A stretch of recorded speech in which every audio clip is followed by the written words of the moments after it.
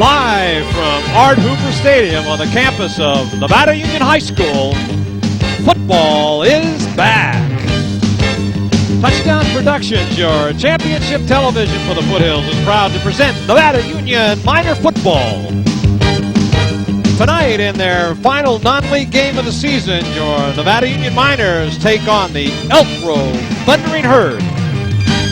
All the action is coming up here on your Foothill Game of the Week.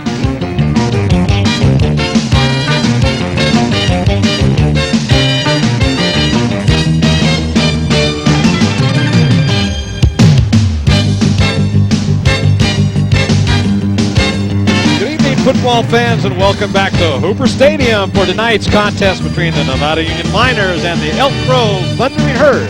I'm Marty Mortensen, along with our football analyst Jim Adams, our producer Gil Dominguez, and the rest of the Touchdown Production Sports team. And Jim, I guess the big question tonight is, can the Miners find a way to come back from last week's loss to Vintage? Great question, Marty. Well, as Coach Humper said last week, the Crushers came to play. And with their big offensive line, they were able to push the Miners' defense and make some big plays to get that win. And tonight does not get any easier with this game against their Delta League opponent, Elk Grove, which this game has turned into a great annual rivalry. Marty, Dave and his staff have had another good week of practice and continue to make some adjustments. We're going to talk about those in a few minutes on both offense and defense, and still feel that this team has the potential to go far in Metro League play, which begins next week against McClatchy. And we'll get to tonight's introductions and national anthem by the NU Choir right after we tell you that Nevada Union Minor Football is an exclusive telecast of Touchdown Productions and is being underwritten tonight by Liberty Motors, locally owned by the Alkenbrecht family. Liberty Motors is your local Dodge, Chrysler, Plymouth dealer and is proud to present the new Dodge Ram 3/4-ton pickup truck with the Cummins turbo diesel engine with 325 horsepower, and you can only find it at Liberty Motors. Hanson Brothers Construction and HB Rentals. Fall is almost upon us, and HB Rental Manager Craig Arthur can help you prepare for this winter, whether with a variety of tools and machines, including wood splitters. Hanson Brothers Construction and HB Rentals. Mike Bratton, State Farm Insurance and Financial Services. Robin and Mike Bratton celebrate 20 years of serving you in Nevada County this weekend, and thank you for your trust you've placed in them with your home, auto, and life insurance needs. Mike Bratton, State Farm Insurance and Financial Services.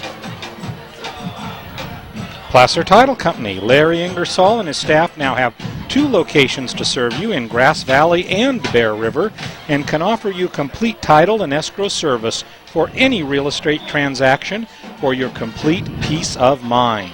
Placer Title Company. Top This Truck and Auto Accessories. Chuck Cabros and his staff specialize in all of your auto or truck accessory needs and carry a selection of products including snug top, truck shells, and the Weston brush guards, step bars, and step boards. It's Top This Truck and Auto Accessories. And Paulette's Country Kitchen. Paulette and John specialize in country-style breakfast and lunch all day long in Grass Valley, with a complete and varied menu, including daily lunch specials and homemade pies. And they're good. Paulette's Country Kitchen. And by Touchdown Productions, championship television for the Foothills since 1997. Thank you for joining us tonight, and as we continue our 8th consecutive season presenting Nevada Union Minor Football on our Foothill network of stations, ACTV Channel 20 in Auburn, USA Media Channel 23 in Bear River and Colfax, NCTV Channel 11 in Grass Valley and Nevada City, and our newest station, Lake of the Pines on Channel 7. Well, the Miners remained on the field tonight, Jim. Welcome back to another exciting game, as we had a tough loss last week, but I think see what the Miners can do to come back and get back in the fray against their crosstown rival, cross-county rival, you might say, the Elk Grove Thundering Herd. Well, it's a pleasure to be with you again here, Marty, up in the booth tonight. And let's take a little look at what the week has been for Nevada Union over this past week. On Tuesday, a very unfortunate incident. Stephen Davis, number 10, the fellow who threw the winning pass last year in the Grant game to Jared Van Meter, was knocked unconscious at practice. He was not hit especially hard. He went to the hospital. He was released later on in the evening. Practice was canceled on that game, and Stephen Davis, an extremely inspirational player and student, unfortunately is done for the season. Fully recovered, in great health. However, this outstanding young man, I guess, has seen the curtain come down on his career for the Miners, and great level of caring for people. He's just a great guy. Let's throw it down to the coin toss on the field. Hey fellas, now you guys are the captains here, and we expect you guys to be talking amongst your own players. Now get yourself, we're out here to have fun, and it's our job to keep it. You're going to have to remove that visor. That visor, you can't wear that type of visor. It has to be totally clear. Okay, you're the home team, you're the visiting team, I got a $50 here, okay? That's tails and heads. Heads and tails. Before I flip it, let me know what you're going to call. He's calling heads. If I drop it, we'll do it again. Okay, what did he call? Heads. Heads he called. What is it? Tails. Tails it is. Okay, you've won the toss. We'd like to defer. Want to defer? Okay. You defer in your choice. You want the ball. Okay, which goal do you want to defend? Doesn't matter. We'll defend that one. Okay, turn your backs, guys.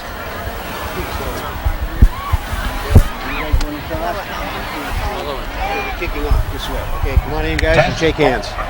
Once again, the Nevada Union Miners won the toss, but then they decided to defer. They'll be getting the ball at halftime, and they'll put the okay, blue won the toss, defer, kicking. They kicked away. Away. All right.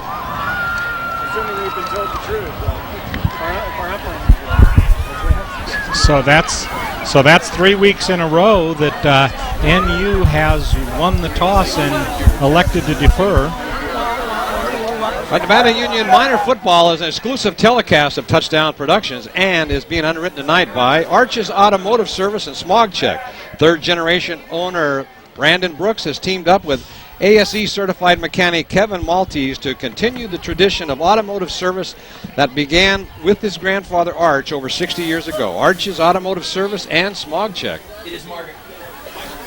Grass Valley Glass, Shauna Marty and NU offensive line coach Curtis Sowen can provide you with one-day windshield replacement on repair and work with most major insurance companies to get you on the road fast. Grass Valley Glass.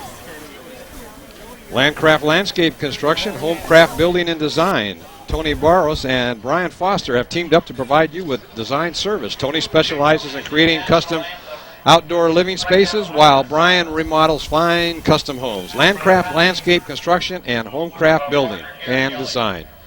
Let's go out on the field now for our national anthem.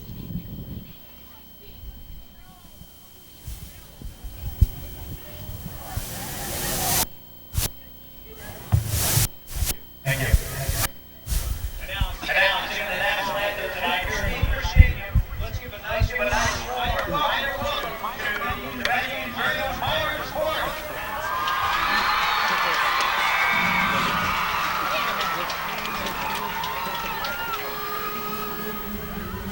Oh, say can you see by the dawn's early light what so proudly we hailed at the twilight's last gleaming, whose broad stripes and bright stars through the perilous fight o'er the ramparts we watched were so gallantly streaming, and the rockets' red glare, the bombs bursting in air, gave proof through the night that our flag was still there. Oh, say does that star-spangled banner yet wave o'er the land of the free and the home of the brave?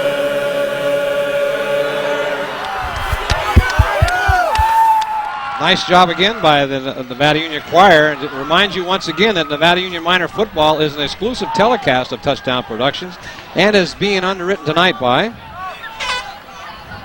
Real Estate Center, Lake of the Pines. Owner-broker Larry Harley represents both home buyers and sellers and can assist you with any real estate concern in the Auburn, Lake of the Pines, Alta Sierra, and Bear River areas. Real Estate Center, Lake of the Pines.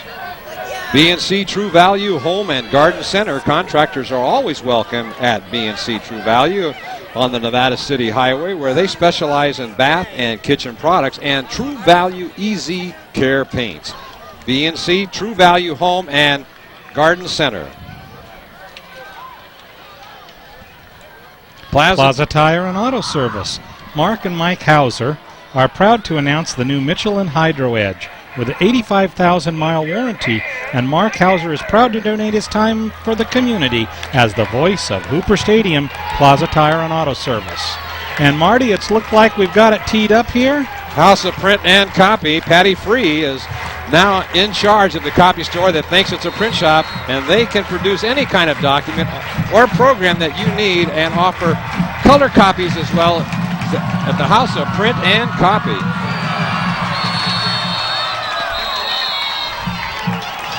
And there we started it off with a kick right through the end zone, and Chris Ulinski did his thing there, and it looks like, Marty, the Thundering Herd is going to set up shop there at the 20-yard line, and we may see a quarterback change this week as opposed to the previous 2 weeks.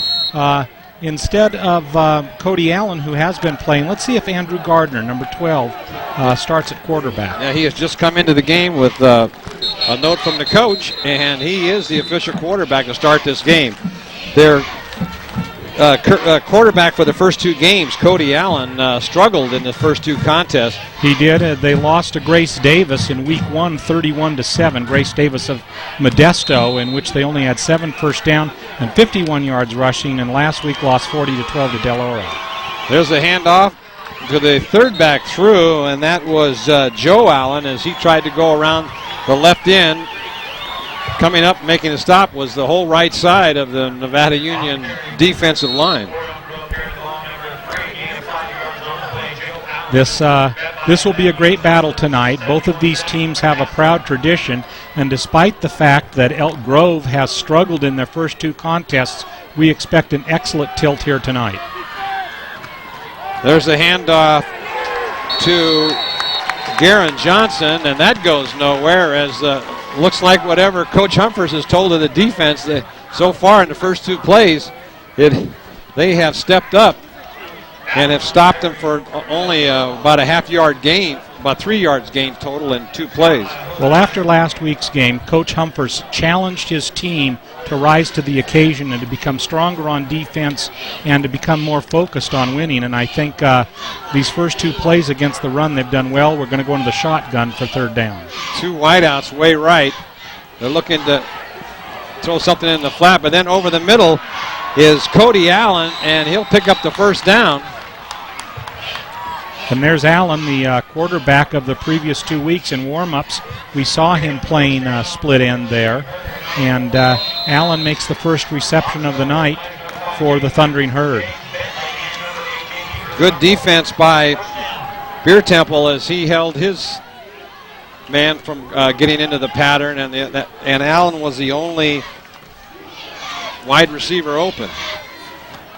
There's a handoff over the left side, trying to make it around the corner. Cannot do it.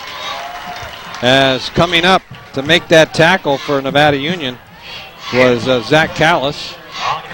Excellent containment by Nevada Union. On the left side of the Elk Grove line, watch number 78, Matt Copa. He is a big offensive tackle, 6'6", 270 pounds, has received a full scholarship to play football next year at Stanford. There's the inside handoff to Zanardi, and he goes absolutely nowhere. They're trying to work on that left side of the Nevada Union defensive line, and so far they haven't been able to do anything, Jim. You know, we're going to see a lot of different players on defense. The defense started mainly with seniors at the beginning of the season. Some adjustments have been made. And this week with Andrew Jackson back healthy, we expect a better effort on the defensive run. Going back to pass. He's got a man right over the middle, and that is Allen. Makes the catch for a 14-yard gain and picks up the first down as the Thundering Herd continue to march up the field. They started this drive on their own 20, and now they've moved out to their own 49-yard line. We're going to get a sampling here. You're going to see a variety of plays from Elk Grove tonight, or I should say a variety of looks. They go with the wing T. Sometimes they have the pro offense with the one back, and you'll also see them in the shotgun. So we'll see a lot of different looks in deception, Marty. Quick pass looking for Childs. He cut across the middle. He almost was able to complete that reception. Good pass, was right on the mark. And it appears as though early on that Cody Allen and Childs are probably going to be two of the favorite targets here tonight for Gardner.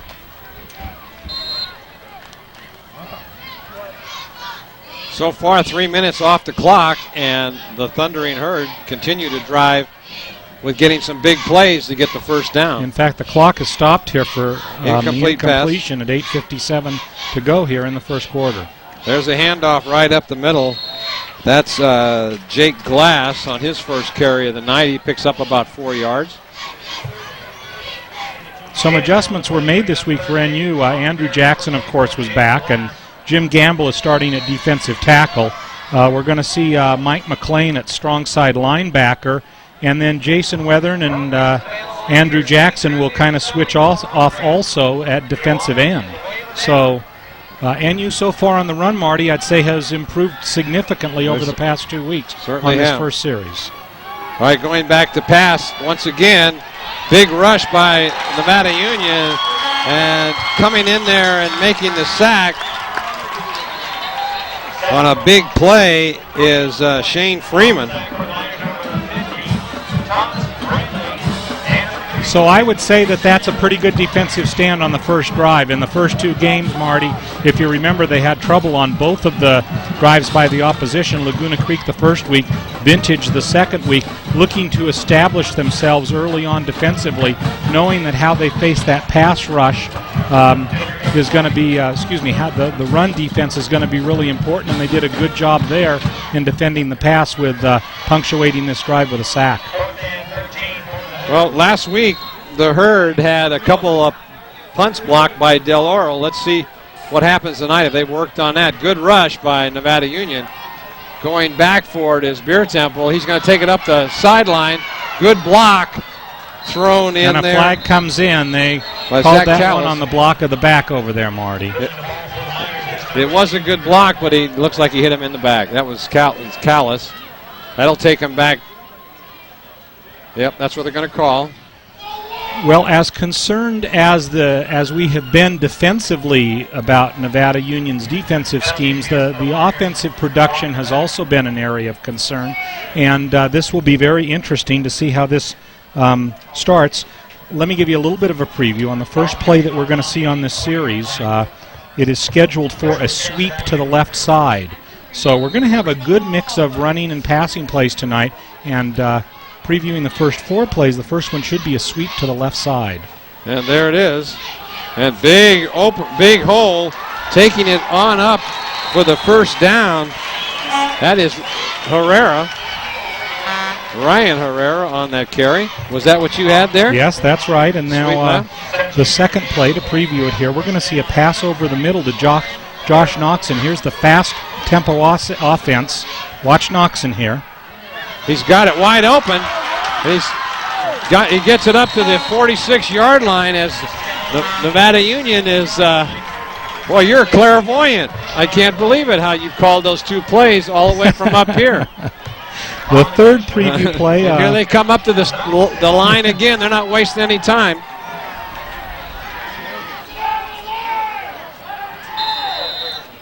I formation. And there's the handoff to Herrera. That's Rich going over to the right side. And that picked up about 3 yards. So we've seen 2 run plays and 1 pass, and although we might see a mix tonight, they may run a little bit more on the Thundering Herd. Maybe watch for a pass on this particular play. Once again, they hurry up. Potter in motion. Going back to pass. Nobody there. Rolling out to his right. Being chased is Smith. And he's going to take it for a couple extra yards, as looks like the secondary did a great job on the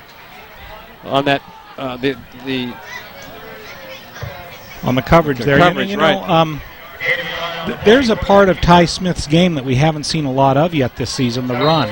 And he's very good in that particular area, very fast, and so good yardage on that play. There's a handoff to Potter once again. He takes it for a first down, and he goes right up the middle. Big hole open up in there by Nevada Union's offensive line. Coming into the game is Mike Strong. We're seeing on the offensive line, we should see Andrew Jackson on a number of plays. He is expected to go both ways tonight. Big Andrew Jackson. All right, Smith now hands it off over the left side. Big hole. Continues to run. And that was Mike Strong, who just came into the game. You know, and I think that this is one of the focuses that Nevada Union had, Marty. They wanted to get off in this game fast with a fast tempo and to move the ball and to establish themselves early on. In fact, here's a replay of that particular run. Look at how he has that left side. Good, excellent blocking there. Turns the corner and gets some good yardage. Picks up a first down on the 22-yard line. There's another ball right up the middle. Good opening. And that goes for another 10-yard pickup. Ryan Herrera on that carry there off of tackle did a great job, and Rich and Ryan both establishing themselves tonight. Once again, they're not wasting any time. Smith over center. There's a handoff. And that was to Herrera again. Ryan Herrera, we're going to see a good mix of plays coming out of the backfield with maybe Ryan dominating things early on. Well, he definitely has, as he picked up about 8 yards on that carry down to the 4-yard line. There's a handoff again to Ryan over the right side, and he picks up a couple yards, gets down to about the 2-yard line.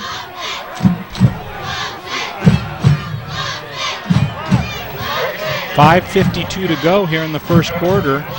We have I guess they can get a first down. Timeout's called by the referee. I think they're going to measure for a first down. As it's down, looks like it's inside the 1-yard line from here.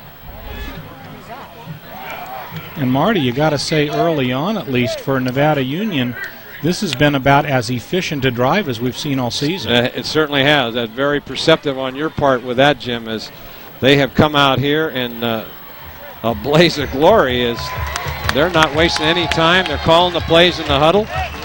Coming up to the line of scrimmage. Ty Smith in full control of this game. And now they run up to the line again. Ryan Herrera in the backfield by himself. In motion is Rich, but then he hands on the inside, but I think they're going to call a penalty. And Nevada Union is probably going to incur a motion foul. It is. And they'll go back, and it'll be first and goal from about the 6. Go, boy! That they had both Herreras were in motion. So it'll take the ball back to the 6, and it'll be first down, 6 yards to go for a touchdown. Ty Smith comes over to get some instruction from Coach Humphers. Now he's back calling the play in the huddle. Same formation as last time. In motion, and it's handed off to Ryan Herrera, and he drives, continues to drive all the way back down to about the 1-yard line again. And whereas the running play was magnificent in the fourth quarter last week, it seems like they're really establishing themselves early on here. Now it's back down to the 1-yard line again. So it's this time it's second and goal from the 1. Quick handoff to Ryan Herrera. Continues to drive, and he takes it in. Touchdown, Nevada Union. And Marty, I gotta say, from the first 3 games that we have seen, that probably is the best executed drive that Nevada Union has had this season. The only mistake they made in that entire drive was the illegal motion call, where they had 2 men in motion, and that was took them back 5 yards, but then Ryan Herrera got it right back. And Chris Ulinski in for the extra point today. It's up. I don't think it's. Yeah, it is good. It got the inside of the crossbar. That from here it looked kind of like it went outside, but it was good. 7-0 your score. And Chris line drived that one through the uprights. And let's take a look at that final play that punctuated that first drive for Nevada Union here. 4:53 to go. And you'll see the handoff here to Herrera, and he just bulls his way, looks like off tackle, and just carries the line into the end zone for Nevada Union's first score of the night, and they take a 7-0 lead. And Coach Humphers, with the focus that he had in practice this week, felt that the first drive and the focus that the offense showed was going to really be a key. This is one of the adjustments that they've made, and he challenged the offensive line to allow the runners to run better and with some better blocking. And Marty, they got great blocking on that first drive. Certainly did. Everybody was doing what they were supposed to, and it turned into 7 quick points. Now there's a deep kick way out of the end zone as Ulinski continues to hammer that ball out of play, and that ball goes all the way. And there's a flag on the field, I believe. And I would think from the positioning of it, if that's it over at about the 20-yard line, I don't think there was a flag. I think he just dropped. Oh, wait a minute. No, there wasn't. There is a personal foul against Elk Grove. That'll be half the distance of the goal there. They'll take it back to the 10-yard line. So Elk Grove will start this defense, will start their offense on the 10-yard line, and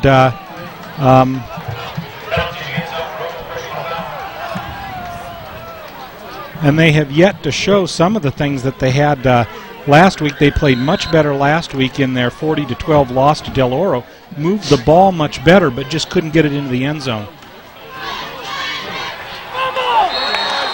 It looks like they might have recovered a fumble, and they have.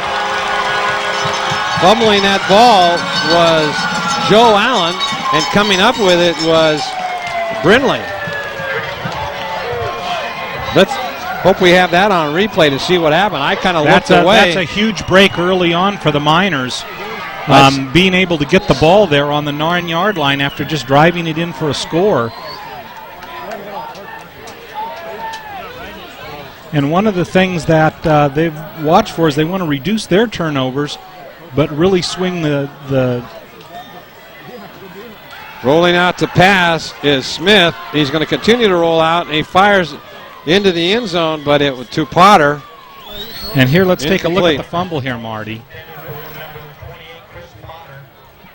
I'm not sure that was a real clean handoff there on the play that resulted in the fumble. Well, maybe we don't have that. Here it is. Here's the replay. And there he hits the line. And there's the ball out on the ground right there. Going over the left side, that's Mike Strong for his touchdown. Touchdown, Nevada Union. Well, they came to play tonight. They're not wasting any time. And Mike Strong was fired up. Great run by Mike Strong on that play.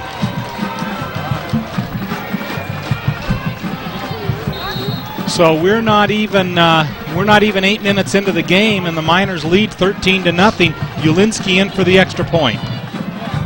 There's a good kick. That one's good, right through the center. Crossbars, and just like that, 14-0 for Nevada Union.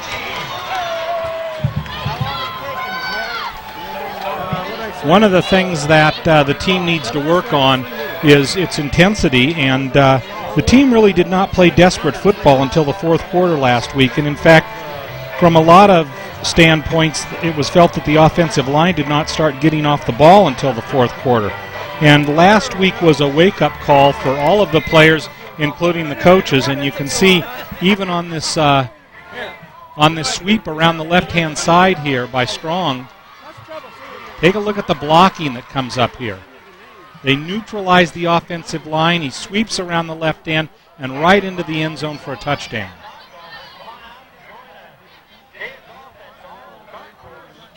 Well, just like that, 14 quick points for Nevada Union.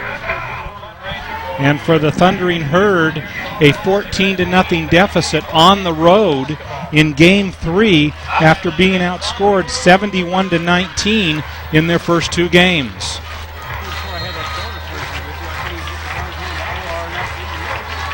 Ulinski beyond the ball. Big kick again. That's going to go deep into the end zone. No run out. And that'll take it down to the 20-yard line again. So he's 3 for 3. Here's a replay of that touchdown one more time, Jim. And let's take a look. Watch the offensive line. Watch the blocking. Look how they explode off the line and then contain the offensive line there of the Thundering Herd. Leading the way there is Herrera, lead block. Strong looking for the end zone. Watch how he catches the corner of it. Dances right through the very corner of the end zone for a touchdown. Also, Noxon threw a good block on his man. Well, let's see what they do now. Gardner has it on a keeper, and he tries to. They still continue to try to work the right side of the Nevada Union defense, and it's just not going anywhere. Well, several adjustments were made this week to try to plug some of those holes, and I think that if they continue to try to drive that line, they're going to find it increasingly difficult. Jacob Moore comes into the game. Beer Temple out on Dwight Childs. Oh, there's a flag as the tight end left way too early. That'll cost him 5 yards. So the gain of 2 that made it 2nd and 8, maybe closer to 2nd and 7, will now take it to 2nd and 12.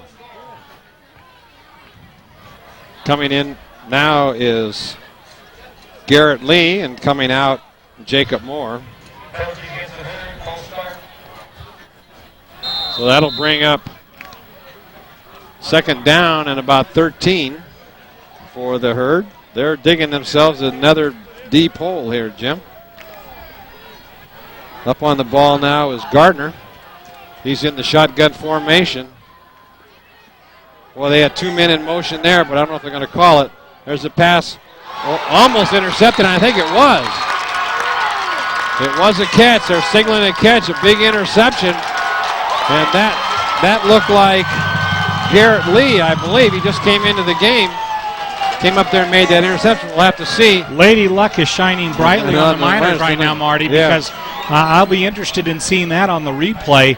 It almost looked from here to the naked eye like that ball hit the ground. And although I may be mistaken, that's 2 early turnovers here in within the first 9 minutes of the first quarter. Here's Smith now. Going back to pass, a big rush. Oh, he's got him. That's Noxon right. Just wide open. Nobody there. He takes it on down for the first down inside the 20-yard line. Boy, they're doing everything right tonight. Complete reversal of what happened last week. Here's a replay.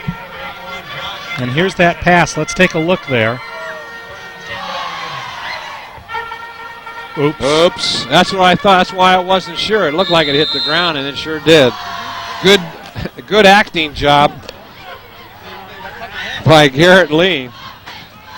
There's a handoff to Rich Herrera, and he continues to drive all the way on down to about the 10-yard line. You know, all of the plays they're getting excellent blocking on that screen that we saw a moment ago. It was really textbook. The offensive line allowed the defensive line to penetrate, and then when the ball was thrown to Noxon, he had a lot of running room. There's a handoff to Herrera again. Now a flag comes in. Now it'll be interesting to see what this flag is. That may not necessarily be against Nevada Union. We may have had a face mask there, although I might be mistaken. Let's take a look and see what we have. They spot the ball on about the 7-yard line, or about the 7, and let's see what they called. They called it against the Thundering Herd. And it's halfway to the goal there, half the distance. And that'll personal foul. And that'll be a first down, and it's first and goal for Nevada Union again. And we're still in the first quarter. Early on, the Thundering Herd is killing themselves with penalties and turnovers. All right, there's a handoff over the right side, and that is Rich Herrera, and he almost gets in, but he doesn't as he ran out of real estate. Coming over to make that tackle for the Herd was Ryan Collison. And there's a real wide sweep on that particular play. Herrera thinking that he might have seen the daylight of the end zone there. But that was good penetration by Elk Grove in that situation. Had a lot of defenders over there to cut off Herrera. There's a handoff to Rich Herrera, and he goes in for a Nevada Union touchdown. 1:54 to play here in the first quarter. And unbelievably, Nevada Union has raced out to a 20-0 lead with the PAT coming up in just a moment. And back in for the extra point is Dante Punteri. Well, if this continues at this pace, it looks like it's going to be a long bus ride back to Elk Grove tonight. Here's the snap, the kick, it's good. I don't see any signal yet. They're going to call a penalty on the field, looks like. So let's take a look at what they have here. Flag is on the field. And they're taking it back 5 yards. Illegal procedure against Nevada Union. That'll bring it back 5.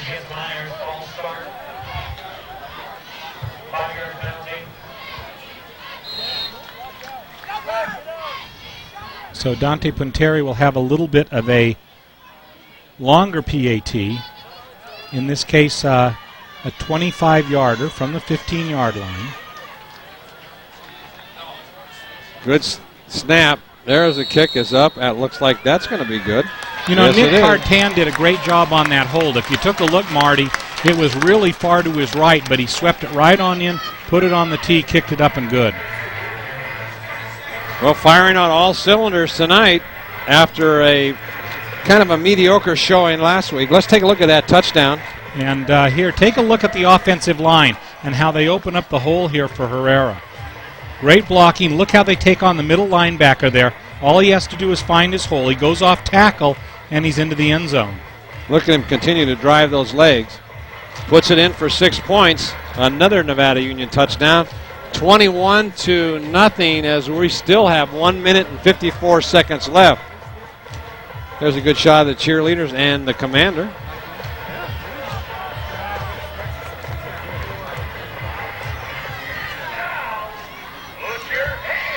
So surprisingly enough here, Marty, 21-0 without even the first quarter in the books.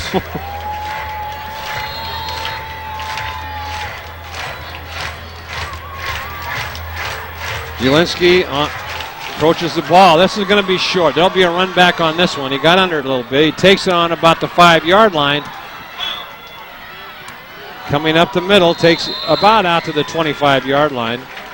He had no help from his teammates as he did that all on his own. That's number 31. And special teams have been probably the best performing unit so far this season for Nevada Union. Even though that kick did not make it into the end zone, the arc of it, of how high it was, really made it so the coverage could get down there pretty quickly. So Gardner's still at quarterback in the shotgun formation. They're going to have to do something. They have not. There's a screen pass out into the flat. Oh, coming up for it, big stop is Reese Miner. He smelled that play out and came over and made the tackle. It picked up about About 4 yards, about 5 yards looks like. So it'll be second and about 5, a little over 5. Let's take a look at this. A real missed opportunity there by the Thundering Herd. Take a look at this. All the blockers out there on the left side. But there's Minor sneaking in before they can get to him, and down he goes. Open field tackle. Good coverage by the Miners. And Reese Minor made that. Big play. So now it's third down and about 4. So far, Jim, the Thundering Herd have not crossed the 50-yard line yet. They have not, and NU has played great defense so far. Going back to passes, Gardner. Here's a pass over to Allen, and nobody there. Good coverage by Nevada Union. Andrew Moon came over and blanketed the receiver. Incomplete. They'll have to punt the ball again. And for the Thundering Herd, it was 2 first downs on the first drive, turnover on the second, turnover on the third, and 3 and out here on their 4th possession with 37 seconds to play in the first quarter. And watch this attempt for a punt block. Almost got it. Good kick. Comes over to Beer Temple, hands it off to Brindley. Brindley down the left side. He gets by one man, cuts to the inside. Now he breaks he's down to the 25, 20, 15, 10, 5. Touchdown, Nevada Union! What a play. Great cutback running on that one as that ball was handled off to Brindley. Took it down the left side, cut it to the inside, and the next thing you know, he is off to the races. Marty, an absolutely highlight reel run on that particular play. Brindley did a great job of reading his blocks, cutting back against the grain, picking up the blocks and making it into the end zone, and 27-0 with 14 seconds to play in the first quarter. Back on the field now again is Ulinski. There's a snap. It's up and it looks good. Goes all the way into the almost into the parking lot. And let's see, no signal yet. There may have been a penalty again. I think that there was a block. Illegal block, looks like. I think he's calling an illegal block. And I think that they're asking, let's see here. Illegal procedure. Illegal motion, okay. Another 5. That's 2 times in a row that we've seen that. Now they'll move it back 5 yards and try it again. Well, 5 yards isn't going to make any difference to Chris Ulinski. Good snap again. It's up. It's good, but I think he may have pulled that left. Yeah, that's what I thought. Pulled that left, so only blemish so far. Here's that replay on that run. Oh, man, this is a masterful run. Let's take a look at this from beginning to end. It's good that we have a second to do this. Take a look. You'll see Beer Temple take the ball. And here's the reverse, the deception on the special teams, and this time he gives it up. Now look at some of the blocks. There's a big block. There's a huge block. There he breaks a tackle right along the left sideline. Now look what he does. He reads his blocking, and watch him cut against the grain. Read right there to cut back. Good Another missed tackle right there. Another one right there. A third player that trips. And then he's got some open field. And not only does he have the open field, but take a look at the blocking that he has. He had one other block that was thrown. Look at this. McLean's going to throw a good block. And I guess that was probably about a 64-yard touchdown run. They field the ball on about the 25. So James Brindley, great run there. 14 seconds to play, Marty, in the first half.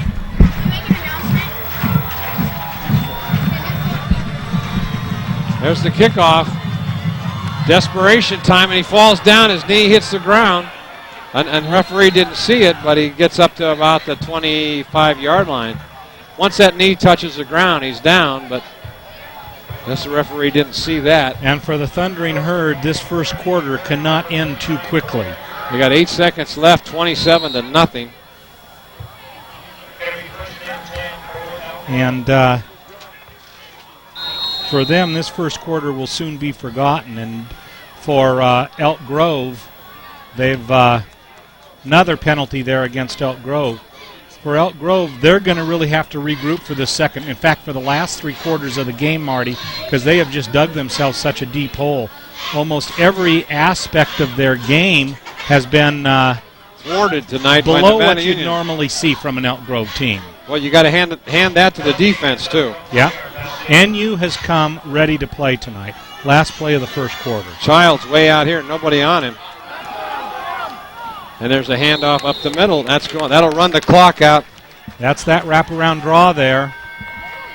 And there's the end of the first Stadium, we have 1 quarter in the books. Nevada Union 27 and the Elk Grove Thundering Herd nothing.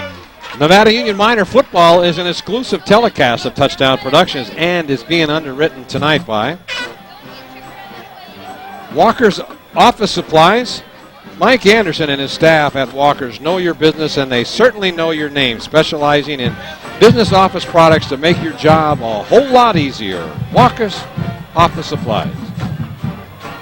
Emery and Ivy Physical Therapy. Accidents or sports injuries can happen anytime, and if they happen to you, Jack Emery and Kevin Ivy can work with you and your doctor to rehabilitate your injury so you're back on your feet quickly. Emery and Ivy Physical Therapy.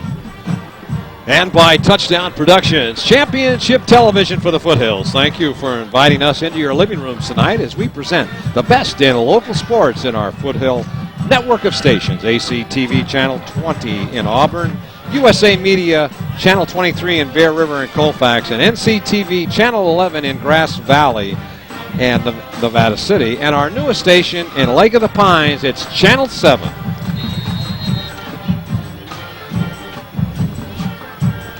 Welcome, everyone, at Channel 7. We're glad to have you here with us tonight, huh, Marty? Be able to watch that at my house. Beautiful area. There you go. Back to passes Gardner. He's rolling out. He's got a man open in the flat. He's got it. That's number 17, Nick Nugent. Picks up about 6 yards. That'll be their first major gain so far of the night. In fact, that's about 10 on the play. They had 2nd and 15 on that play. So we're going to see this should be a 3rd down and about 5 yards on the play. And for Nevada Union in the first quarter, on almost every aspect of the game, an A+. And let's take a look at this hit. Watch him receive the ball. And then these. Whoa, look at that. Great tackle. That was Spear Temple came over and made that hit. Paid the price. 3rd down and about 5 yards to go. Shotgun formation. Back to pass. Big rush by Nevada Union. Oh, had his man wide open. That was Childs. Could not get it to him. That could have been a big gainer. So Jacob Moore defended Childs on that play, and Childs was in a position for a good gainer, but Gardner could not quite get him the ball in that particular situation. And that will bring up a 4th down and 4. The Thundering Herd on the 3rd play of the second quarter is into punt, and NU is up on the line. Looks like they put a big rush on. They do, but good blocking in there by Elk Grove. That ball's going to go out of bounds on about the, let's see where they're going to spot it. Nevada Union have great field position down on their own 48-yard line. So one of the things that you have to feel here, Marty, is that as this coaching staff put together their game plan tonight for Nevada Union, not much has gone wrong, and the run has looked highly impressive. Here comes a high-tempo offense. Let's see what the second quarter will bring. Single back in the backfield. In motion is, oh no, they call a penalty. It may have been illegal procedure.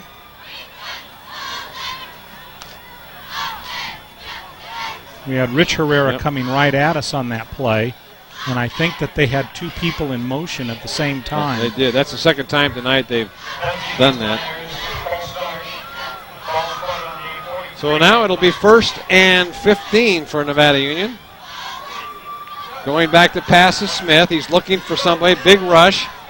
He's got a man open, throwing into double coverage, and that's going to be intercepted. Coming over for it is Cody Allen, and I believe he did get it. First big break for the Thundering Herd as Smith threw that ball into double coverage. He did throw it into double coverage. On that particular play, though, what he saw was that he had Chris Potter open.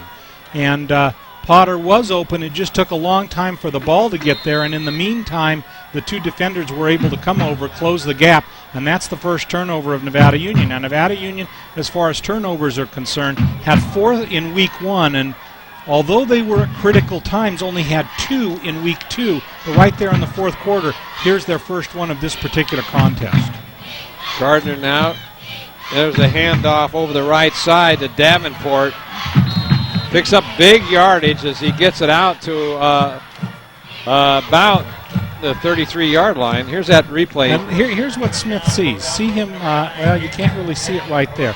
But as he released the ball, look how open Potter is. He'd already run his pattern, and there was had he thrown the ball earlier. Had he thrown the ball about 10 yards deeper, Potter would have had the ball and probably would have been an NU touchdown, but underthrew it just a little bit and allowed the defense to make the adjustment.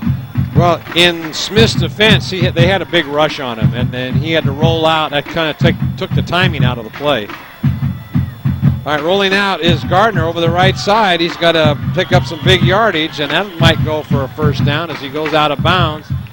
And an excellent play there by Gardner. He shielded that ball exceptionally well, and by the time the Nevada Union defense found that he had the ball, he had already left the line of scrimmage and was heading upfield. A nice gain of 9 on the play by Gardner, and that'll bring up a 2nd down and 1 for Elk Grove. So they start this particular drive with a first down, and now they're 2nd and 1 in an attempt to get their second first down of this possession.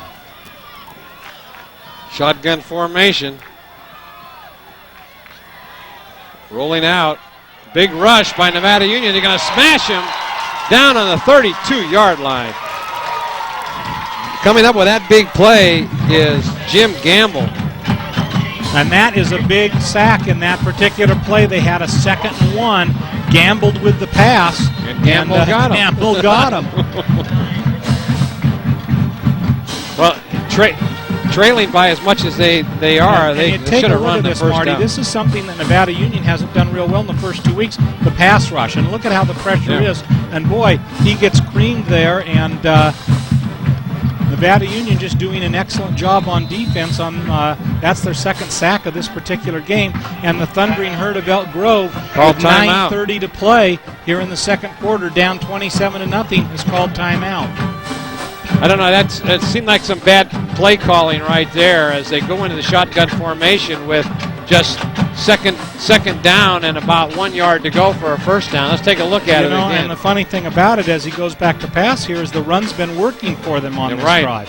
So maybe they thought a little bit of deception, but look at how he comes back. The pressure is tough, the coverage is great, and they're finally the sack. Yeah, he had no chance coming up for it. Jim Gamble made that big tackle. Great that penetration. Thing for a big loss. You know, Marty, and one of the things we're seeing tonight is we're seeing way better penetration by the defensive line. The defense has really, at least early on here, answered the challenge that this coaching staff gave them early on in the week to either plug these holes or there will be a player who will step in for you who will plug the holes. Yeah, well, that's quite a bit of incentive. You don't want to ride the pines. You better step it up a little bit, and they have done that. So now it's 3rd and about 9 for a first down. Going back to pass is Gardner. He's got a man over the center, and that was to Allen, but the only one that had a chance to catch that was Garrett Lee. Nice defense. So great coverage, and there again was double coverage on that play that he had to throw into. So once again, it's 4th down and long. And coming in to kick is the kicker is he's gotten a lot of work tonight is Cameron Lancaster. High snap. There's a good spiral. Big kick. And they're going to fake the handoff this time coming over the right side, and that is Beer Temple. He gets hit. Brought down at about the 46-yard line, where it'll be Nevada Union ball, 1st and 10 on their own 46. For Nevada Union, after the Tuesday incident with Stephen Davis, it was a pretty intense week of practice. in which they decided to work diligently on the areas that had been kind of out points, and we're seeing some benefits here. There's a handoff up the middle to Rich Herrera. Good straight on blocking by the line as R.C. Cameron put a big block on there. Line of scrimmage.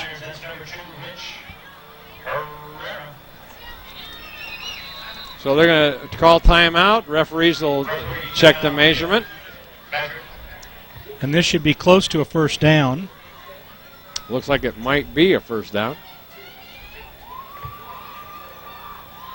Once again, the offensive line, Jim, is opening up some big holes for these guys tonight. Marty, they are fulfilling their assignments, and you know, there's a couple of ways to look at this, Marty. Last season, the team went 10-0, but in the playoff game against Jesuit, they were beat on their home turf by Jesuit.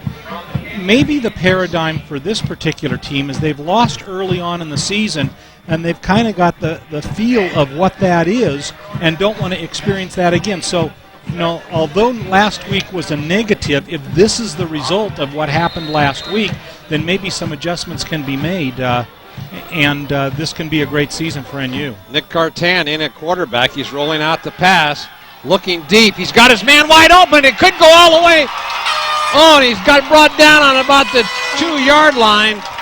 Nathan Basso on that play, and Nick Cartan with that strong arm of his got that ball out there to Basso. A great catch over the shoulder by Basso, and a big gain by Nevada Union down to about the 4-yard line, where once again they will set up first and goal. And they're hurrying to the line of scrimmage. There's a handoff to Rich Herrera going over the left side. He walks into the end zone. Touchdown, Nevada Union.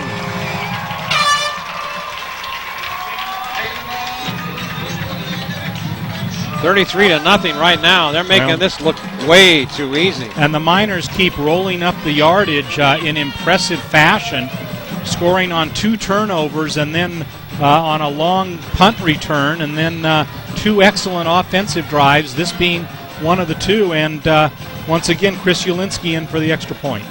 Low snap, and that kick is good.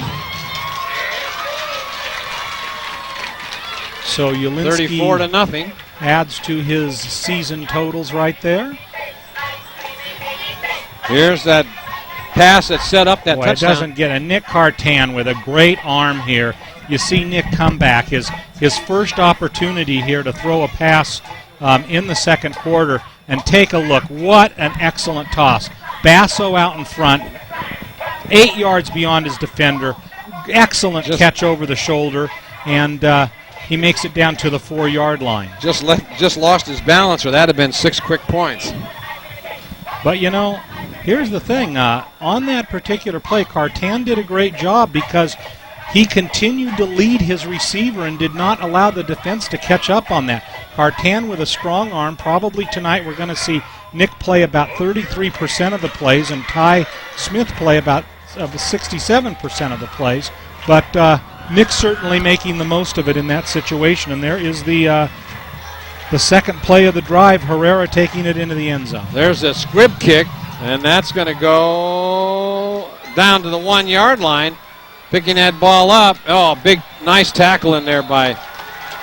I couldn't see the number on who made that tackle.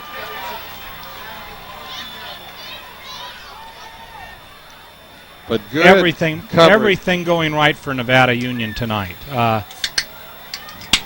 Elk Grove definitely having their problems on offense, and I'm sure they want to get something established before halftime, down 34-0 with more than 8 minutes to play in the second quarter. So they're going to be forced to go into pass formation and using that shotgun. But Gardner comes out over center, and there's the handoff to the big fullback. Oh, my goodness, coming up to meet him is Jacob Moore. Just put the stop on him as he tried to turn the left side of the line, and nothing there. That is Jake Glass, 5'9", 205 junior. Wow, what a nice job by Jacob Moore. Almost everything that Elk Grove is throwing at Nevada Union at this point, Nevada Union is executing well on. All right, there's a penalty called as they misfire again. It's going to be a long night at this rate, Jim. Well, Elk Grove, at least early on here, has a lot to work on there. They've made mistakes on defense, mistakes on special teams, mistakes in offensive situations where they've been penalized. They've kind of taken themselves out of drives, and I hope for their sake that maybe they can get themselves reestablished here in the latter part of the second quarter and the second half.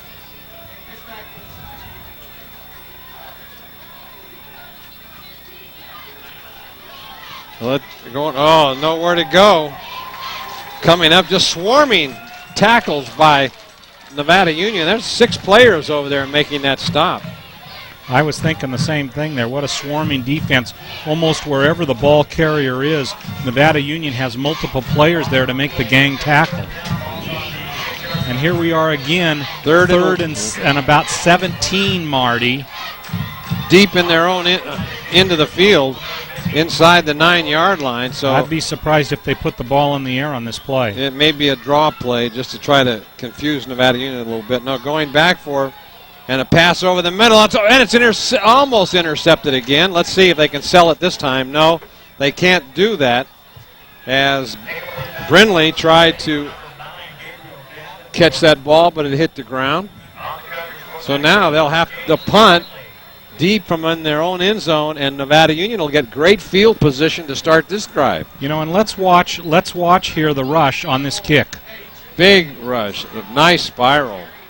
Taking it all the way back to the 45-yard line. They're going to do that fake, and they hand it off this time to Brindley. He goes over the left side, and he takes it up for about 10 yards down to the 43-yard line of Elk Grove, where the Miners will start with great field position.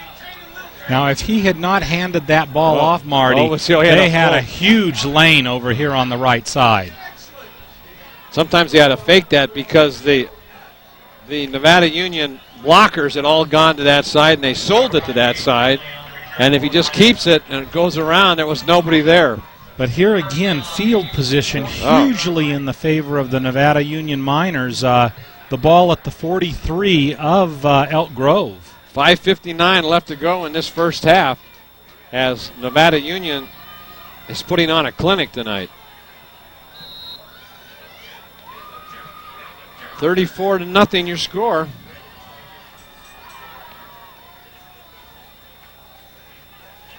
Ty Smith, no, that's Cartan still at quarterback. They're still pass, and it's going to be picked off, intercepted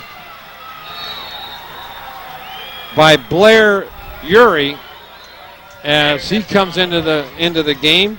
No, I'm sorry, that's Ryan Colson made that interception, number 48. So Nick didn't quite get it over the defender's hand there. He had his receiver open, but couldn't quite get it there to him, and the Thundering Herd gets a turnover that gives them decent field position. So now they'll start on the 40-yard line, and they haven't crossed the 50-yard line yet, so they have not been into Nevada Union territory, but they've got good starting position right here. Let's see what they do. Shotgun formation. Back is Gardner. Oh, and he's going to tuck it down. He'll cross the 50 down to the 40-yard line. Good run. About 20-yard gain, as it's the first time tonight that Elk Grove is into Nevada Union territory. And here's how the Thundering Herd got possession of the ball. Cartan back. Take a look at this. Underthrows his receiver just slightly. And there he's able to make the catch for the Thundering Herd and get the turnover. And that was a really nice play. That was meant to go to Brennan McFadden there. Didn't quite get to him. And then the Thundering Herd takes the first play of their drive, and the quarterback calls his own number after almost getting sacked. There's a handoff over the right side to Davenport. He tries to turn the corner. He does. And now that takes it on down to about the 38-yard line of Nevada Union. Coming up and making that stop for Nevada Union was Andrew Jackson. Yeah, and Andrew on that particular play, playing both ways is sometimes difficult, and I believe he's been in on a lot of the offensive plays so far tonight.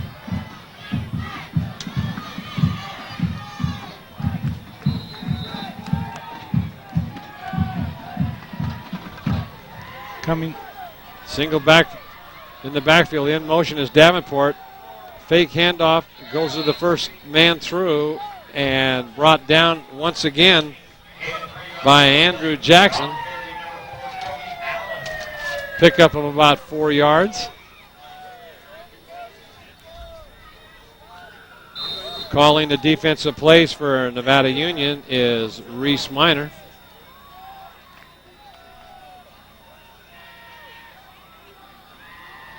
Gardner looks over his wide receiver. And there's a handoff, and there's a fumble. Now let's see what happened. No, they've just all the Nevada Union line just pushed him back. I thought he'd fumbled the ball there for a minute. And big Andrew Jackson in on that tackle. Really came in hard, and that will bring up a that'll bring up a 3rd down and about 5. And you know, you can never count Elk Grove out of a game. Here they are at 3rd down and 5. They may be in 4-down territory right now early on with 4:47 to play in the first quarter, down 34-0. Yeah, they came back from 21 points with less than 8 minutes left in the game and beat Nevada Union. Big rush. Oh, my goodness.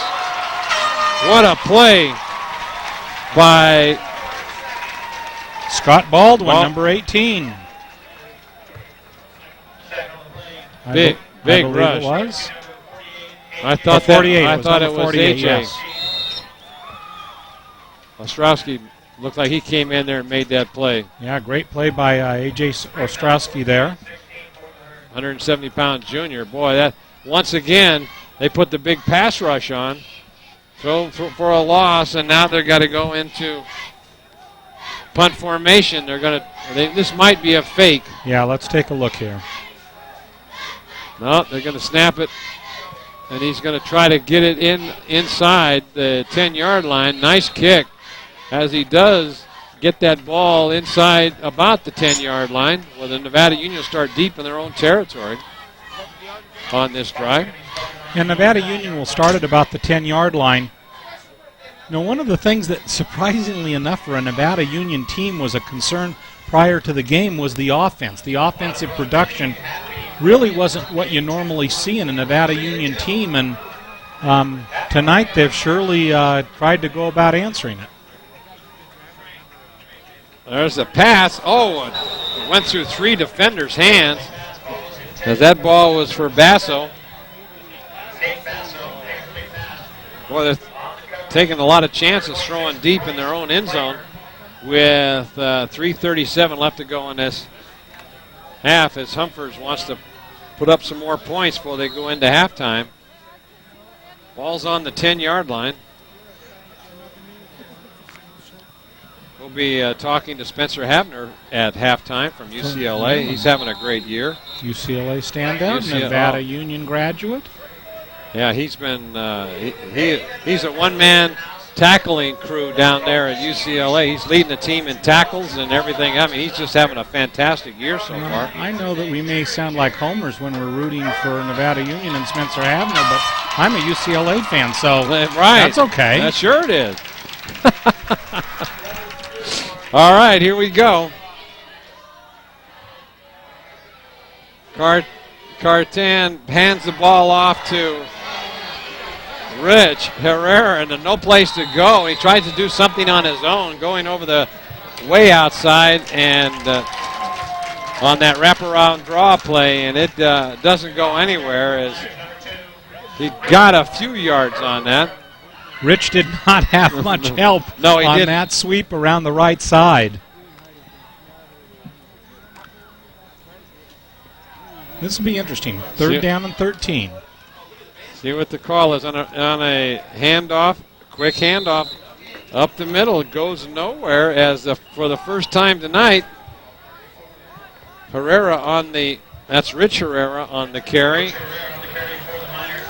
So now after being pinned back in their own part of the end, almost just outside the end zone, they are now going to have to punt from deep in the end zone. And a timeout's now being called as Chris Ulinski is back in punt formation, but Nevada Union calls timeout. They didn't have enough men on the field. Have your attention, please. Tim Davis to the announcer's booth. Tim Davis to the announcer's booth. Well, and this should be an interesting punt for Nevada Union in that they have not had to punt in this game this deep in their own territory. They haven't had to punt at all tonight.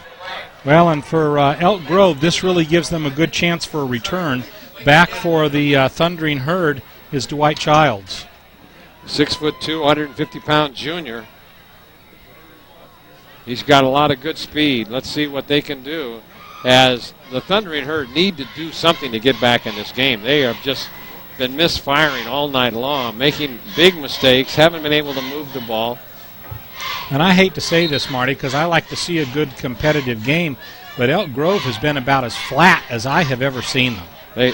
I've never seen them play this poorly. So back to kick now. Punt formation is Ulinski. Oh, and he hits it off the side of his foot, and they're going to get great field position as that's going to be out to the 30-yard line as it's being down by Nick Cartan, and taking over in great field position will be the Elk Grove Thundering Herd on the Nevada Union 30-yard line. And I didn't think that Chris Ulinski had any part of his game that he needed to work on, Marty. Well, that kick was a little shanker out to the right.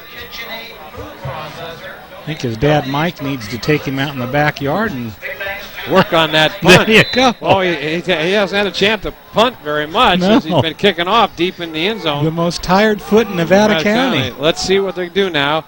Gardner goes back, looking deep. Over the middle, that ball is thrown just way too hard. And that was intended for Cody Allen. He was wide open, right over the middle, but is unable to hold on to the ball. Is this Andrew Gardner, the 6', 175-pound junior quarterback, has got a very strong arm. So it's second and 10. Rolling out again, looking to the, now he's going to try to run it, and he's going to get stopped for a gain of about 1 yard. 1:55 left. And, you know, I got to give credit on that play to David Sussberg. Sussberg was blocked in the backfield of Elk Grove, and yet he followed the play back out and assisted on the tackle on that play. So good play there by Sussberg, and that will bring up about a 3rd down and 10 for the Thundering Herd in this situation. 1:53 to play in the second quarter at Hooper Field here. Jim Adams with Marty Mortensen. It's 34-0 in favor of Nevada Union.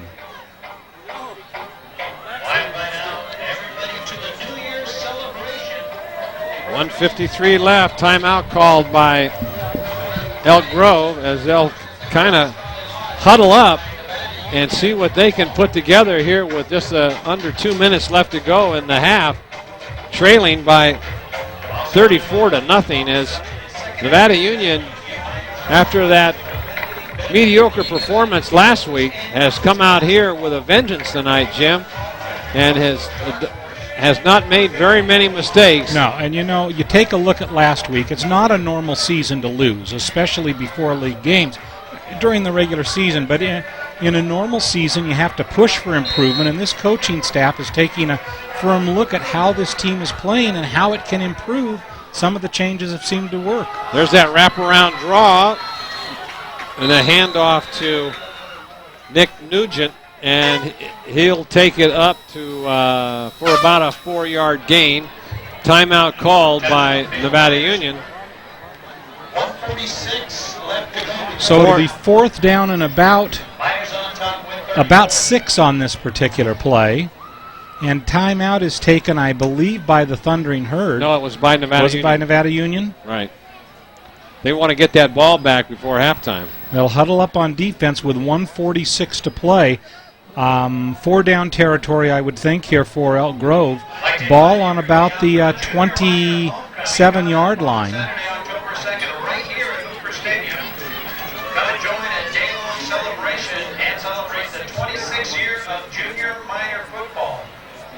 Coming up at halftime, we'll have Dave Humphers as he goes off the field. We're going to have an opportunity to talk to Spencer Havner. So, Marty, I think it'll be an excellent halftime show.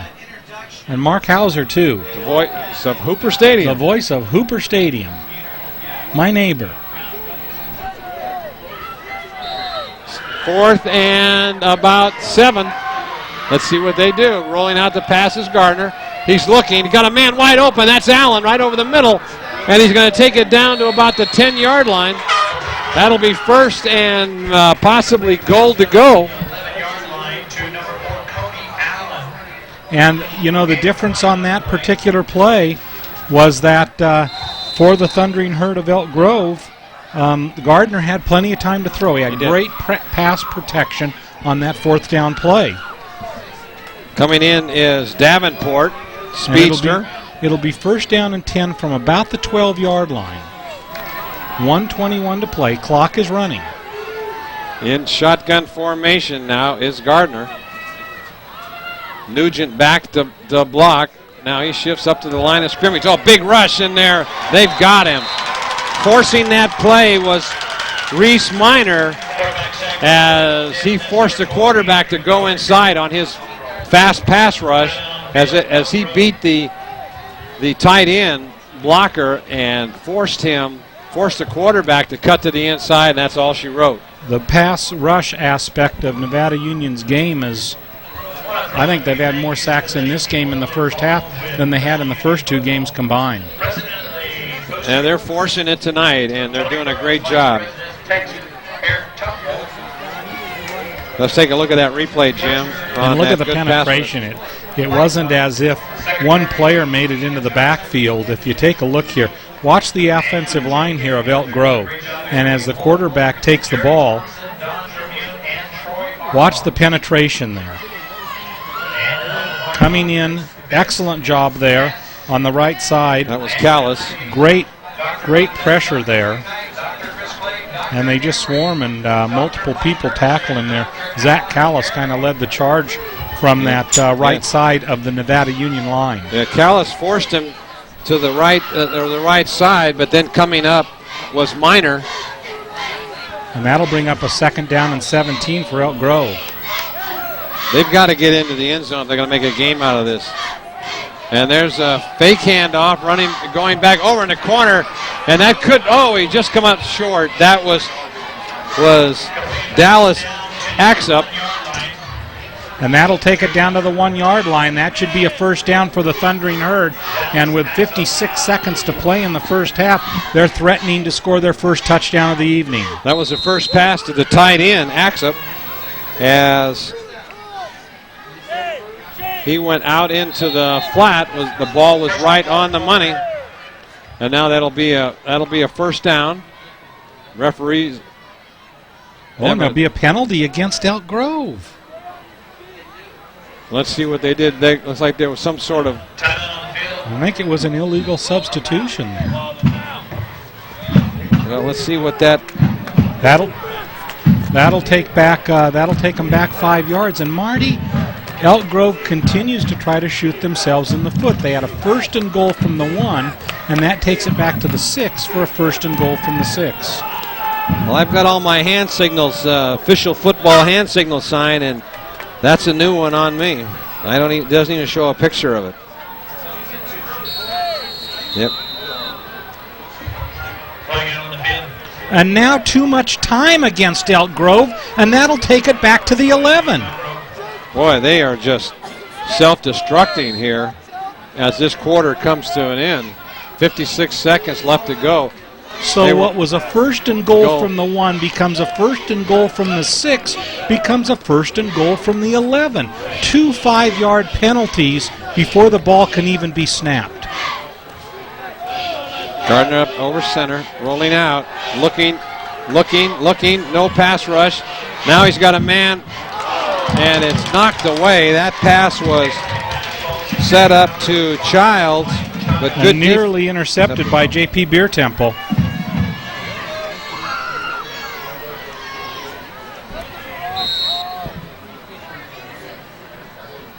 Well, these pass plays aren't running off much time off the clock, so they've got 49 seconds, and they're in 4-down territory as they have to get this ball in for a score before they go into the locker room. However, they are out of timeouts, so if there is a sack or he's caught before the end zone. Going out again, big rush, pass over the center. They're going to have to hurry up as that goes down to about the 3-yard line. Plenty of time, 38 seconds to go here. Clock is running. They're going to choose to huddle up here on a crucial 3rd down play. It's going to be 3rd down and about 2 yards to go with now 28 seconds to play in the quarter. Clock continues to run. Long time in the huddle. And if they run this play and don't make it in. There's a handoff. Oh, they didn't make it. And now it'll be 4th down, but I don't know. 9 seconds. They're never going to get the play off. They better hurry up. They can't stop the clock. Now let's see. They're going to call it timeout again. Now they did have 1 timeout left. But well, the scoreboard showed that they were out of timeouts. Boy, that was a big timeout right there. With 8 seconds left, they're going to have to now take it in, or they are going to go into the locker room trailing 34-0. So it'll be a 4th down play. This will be the last play of the first half. 2 seconds to play here in the first half. Nevada Union leading 34-0, and this is either the opportunity for Elk Grove to inch back into the game or for Nevada Union to put an exclamation point on the end of a stellar first half. And that could just about seal it. If they definitely hold them here, the momentum would be just way. I mean, that just kills the herd as far as their momentum. You know, and it's not my intention to sound partial, but NU has made very few mistakes in this first quarter. Not that they have been without mistakes in their first 2 games. Right, exactly. But a lot of what was wrong the first 2 weeks seems to be somewhat remedied in the first half. By 2 backs in the backfield. Gardner now looks in. He's going to take it himself. He's going to roll out and pass. And he's got his man. He's a touchdown into the end zone. Big play. That was number 44, Jake Glass, as he stayed back in the backfield trying to block. He did complete a couple blocks and rolled out all by himself, and nobody was on him. He rolled in the end zone. And Glass did a great job there. The initial hit kept him out of the end zone, but he surged himself into the end zone so that he could pick up that score for the Thundering Herd.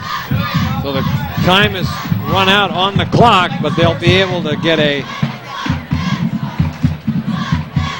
attempted extra point, as that was a big play right there.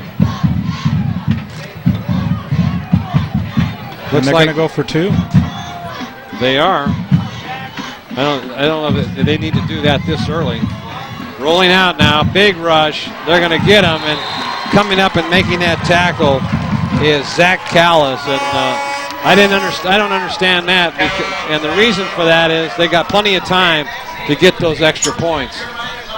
So a very successful first half for Nevada Union, 34-6. Okay. All right, let's throw it down to Gill as he's going to try to interview the coach as the coach comes by. Let's see.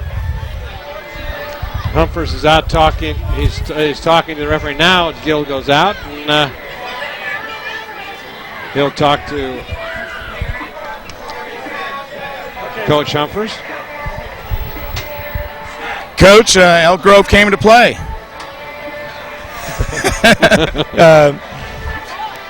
You know, I'm really pleased with the first half our kids had. They just came out, I mean, just from the very, very start, from the very first play.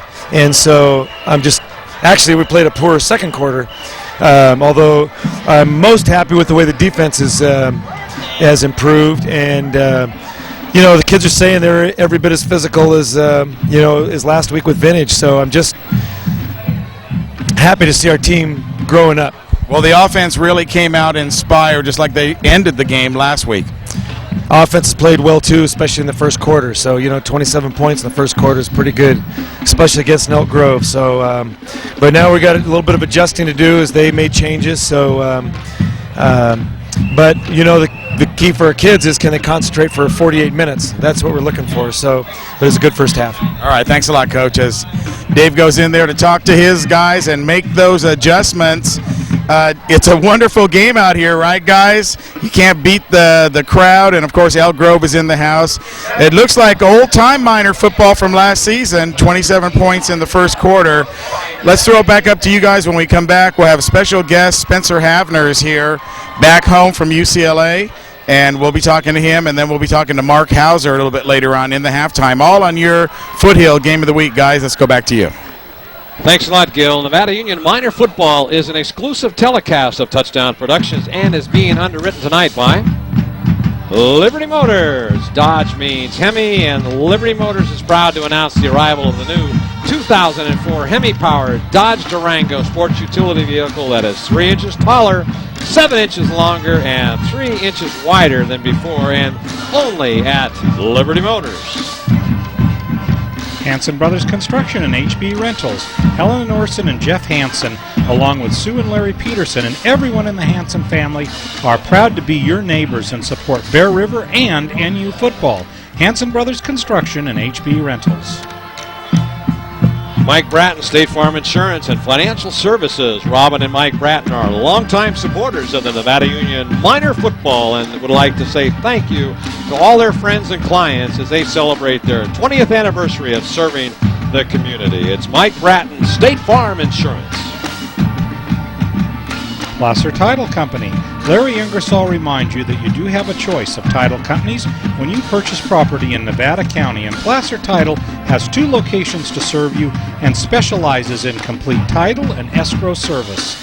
Placer Title Company.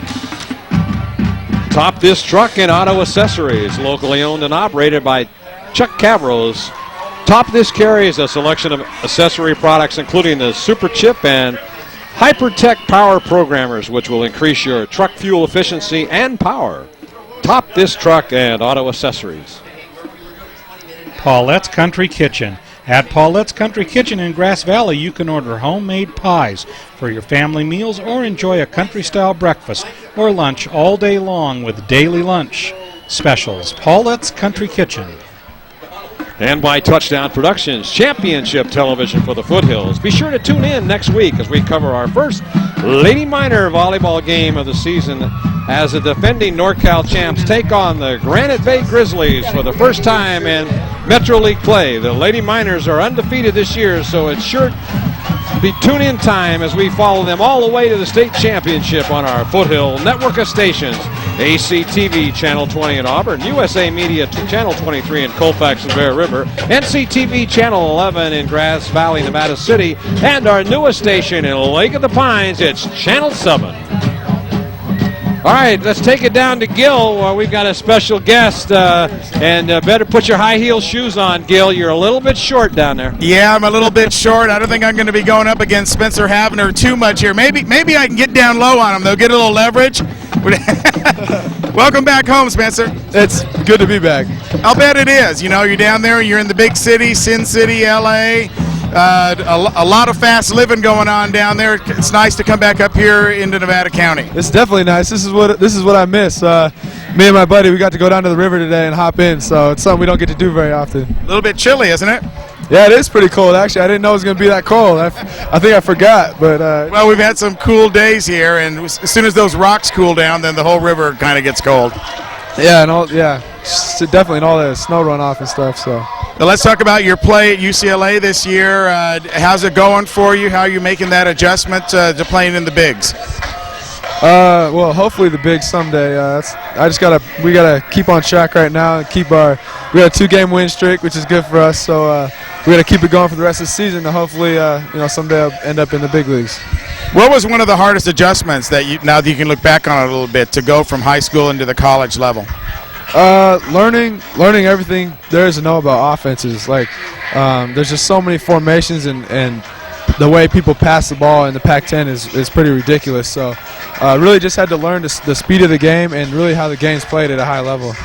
Well, it seems that when you played here, you had so much natural instincts. How much did that come into play, and how much did that help you? I think that's what I ride on mostly is just natural instincts and talent and stuff like that. Everything else that happens in the classroom is just extra, and it really just hones my game, and that's what's given me an upper edge the last couple of years. Well, it seemed to me that you always knew where the ball was going when you played here. I mean, you just happened to be right there. You got those big soft hands, interceptions, and of course pulled down a lot of tacklers. Yeah, that's on these fields out here in high school. It's just a lot of raw talent out there, and that's usually what shines. How does the team look to you this year, the NU team? Oh, they look good, man. I'm happy right now, 34-6. So it's looking good. You had your own battles with Elk Grove. Oh yeah, we don't want to talk about that. I don't want to talk about that last game. Right, that was a tough one. Ruined the perfect season. It's okay. Well, now you're playing up at UCLA, like we were saying, and just a great, all-around scholar athlete that you are to get a chance to play there. I know a lot of people up here watch you every week when we can on the TV, and just congratulations to you, and say hi to your dad. Thanks. It's good to have a good supporting cast up here. I hear a lot from you guys, and I just want to say thanks. Hey, Gil. All right. Yeah, Jim. Ask Spencer a question. Cal's supposed to have a pretty good team in the Pac-10 this season. Who is? Cal. University of Cal Berkeley. Right. Gil, you know what that is? Jim says Cal's supposed to have a pretty good team. And so how far. does UCLA kind of view Cal as a team this season? So how is UCLA viewing Cal as an opposition? I don't really have much respect for Cal, so I'm not really worried about him. I think we're going to take care of him. Every year we play him tough on defense, and we had a couple. We broke our quarterback's leg and separated the other one's shoulder last time we were up there, so we really want to whip him. So it's a physical game. Oh, it's been physical this year. It's a good thing we have a bye week right now. Right. Well, I'm glad you have a bye week, because then you can come up and say hi to all of your friends and family and fans out here in Nevada County. That's right. It's good to be back. Thanks. All right, Spencer. Thanks a lot. Spencer Havner there. Let's throw it back up to you guys for that second set of underwriters, and then we'll have Mark Heauser, the voice of Hooper Stadium, next. Guys, back to you. Thanks a lot, Gil. Good to see Spencer again. Nevada Union Minor Football is an exclusive telecast of Touchdown Productions and is being underwritten by Arches Automotive Service and Smog Check. Third-generation owner Brendan Brooks and ASE certified mechanic Kevin Maltese specialize in a complete automotive service from tune-ups to brake repair and smog check. And they are open 6 days a week for your convenience. Arches Automotive Service and Smog Check. Grass Valley Glass, family owned by the Sowen family. Grass Valley Glass specializes in new and replacement windows from mill guard that carry a lifetime warranty. And Shauna and Marty Sowen are proud of their son, NU football coach Curtis. Sowen. Win. All right, no problem. At Landcraft Landscape Construction, Homecraft Building and Design, Tony Barrows and Brian Foster have teamed up to provide you with all your home design needs. Tony specializes in creating your own outdoor living spaces, while Brian remodels fine custom homes. Landcraft Landscape Construction and Homecraft Building and Design. Real Estate Center Lake of the Pines. Owner-broker Larry Harley specializes in Auburn, Lake of the Pines, and Alta Sierra properties, and is proud to bring you this program on one of our newest foothill stations, Lake of the Pines Channel 7. Real Estate Center Lake of the Pines. BNC True Value Home and Garden Center. The Fowler family has been serving you for over 64 years from the Fowler Center and is proud to assist both homeowners and contractors with the tools of the trade and True Value Easy Care products. It's BNC True Value Home and Garden Center. And by Touchdown Productions, championship television for the Foothills since 1997, underwritten by local businesses and presented to the community each week throughout our 4-station Foothill network, ACTV Channel 20 in Auburn, USA Media Channel 23 in Colfax, Bear River, and Alta Sierra, NCTV Channel 11 in Grass Valley, Nevada City, and Penn Valley, and our newest station in the network, Lake of the Pines Channel 7. Thank you for choosing us tonight as part of your family's entertainment. Let's go down on the field to Gil with the voice of Hooper Stadium. Yeah, he's the voice. I got the voice here, and give the voice a little FaceTime tonight. Mark Heauser, again, joining us on the field. Like you were saying, the voice of Hooper Stadium. How much fun is that, Mark? Oh, it's a kick in the pants, Gil. I'll tell you what, the opportunity to be a part of Nevada Union, volunteer my time, have the best seat in the house. Couldn't ask for a better spot to be. Yeah, ton of fun up there. Right, I know Marty and Jim are right in the booth next to you, so it's always an event here on a Friday night for the whole community. Oh, absolutely. And, you know, listen to those two guys. We kind of work back and forth, and they're throwing out a few jokes, and we're throwing out a few jokes, and so it's a great time up there. Now, one of the other events that are coming up here, we were going to have a representative from the Big Brothers Big Sisters organization. They have their annual fundraising event coming up, which is the wine tasting and auction.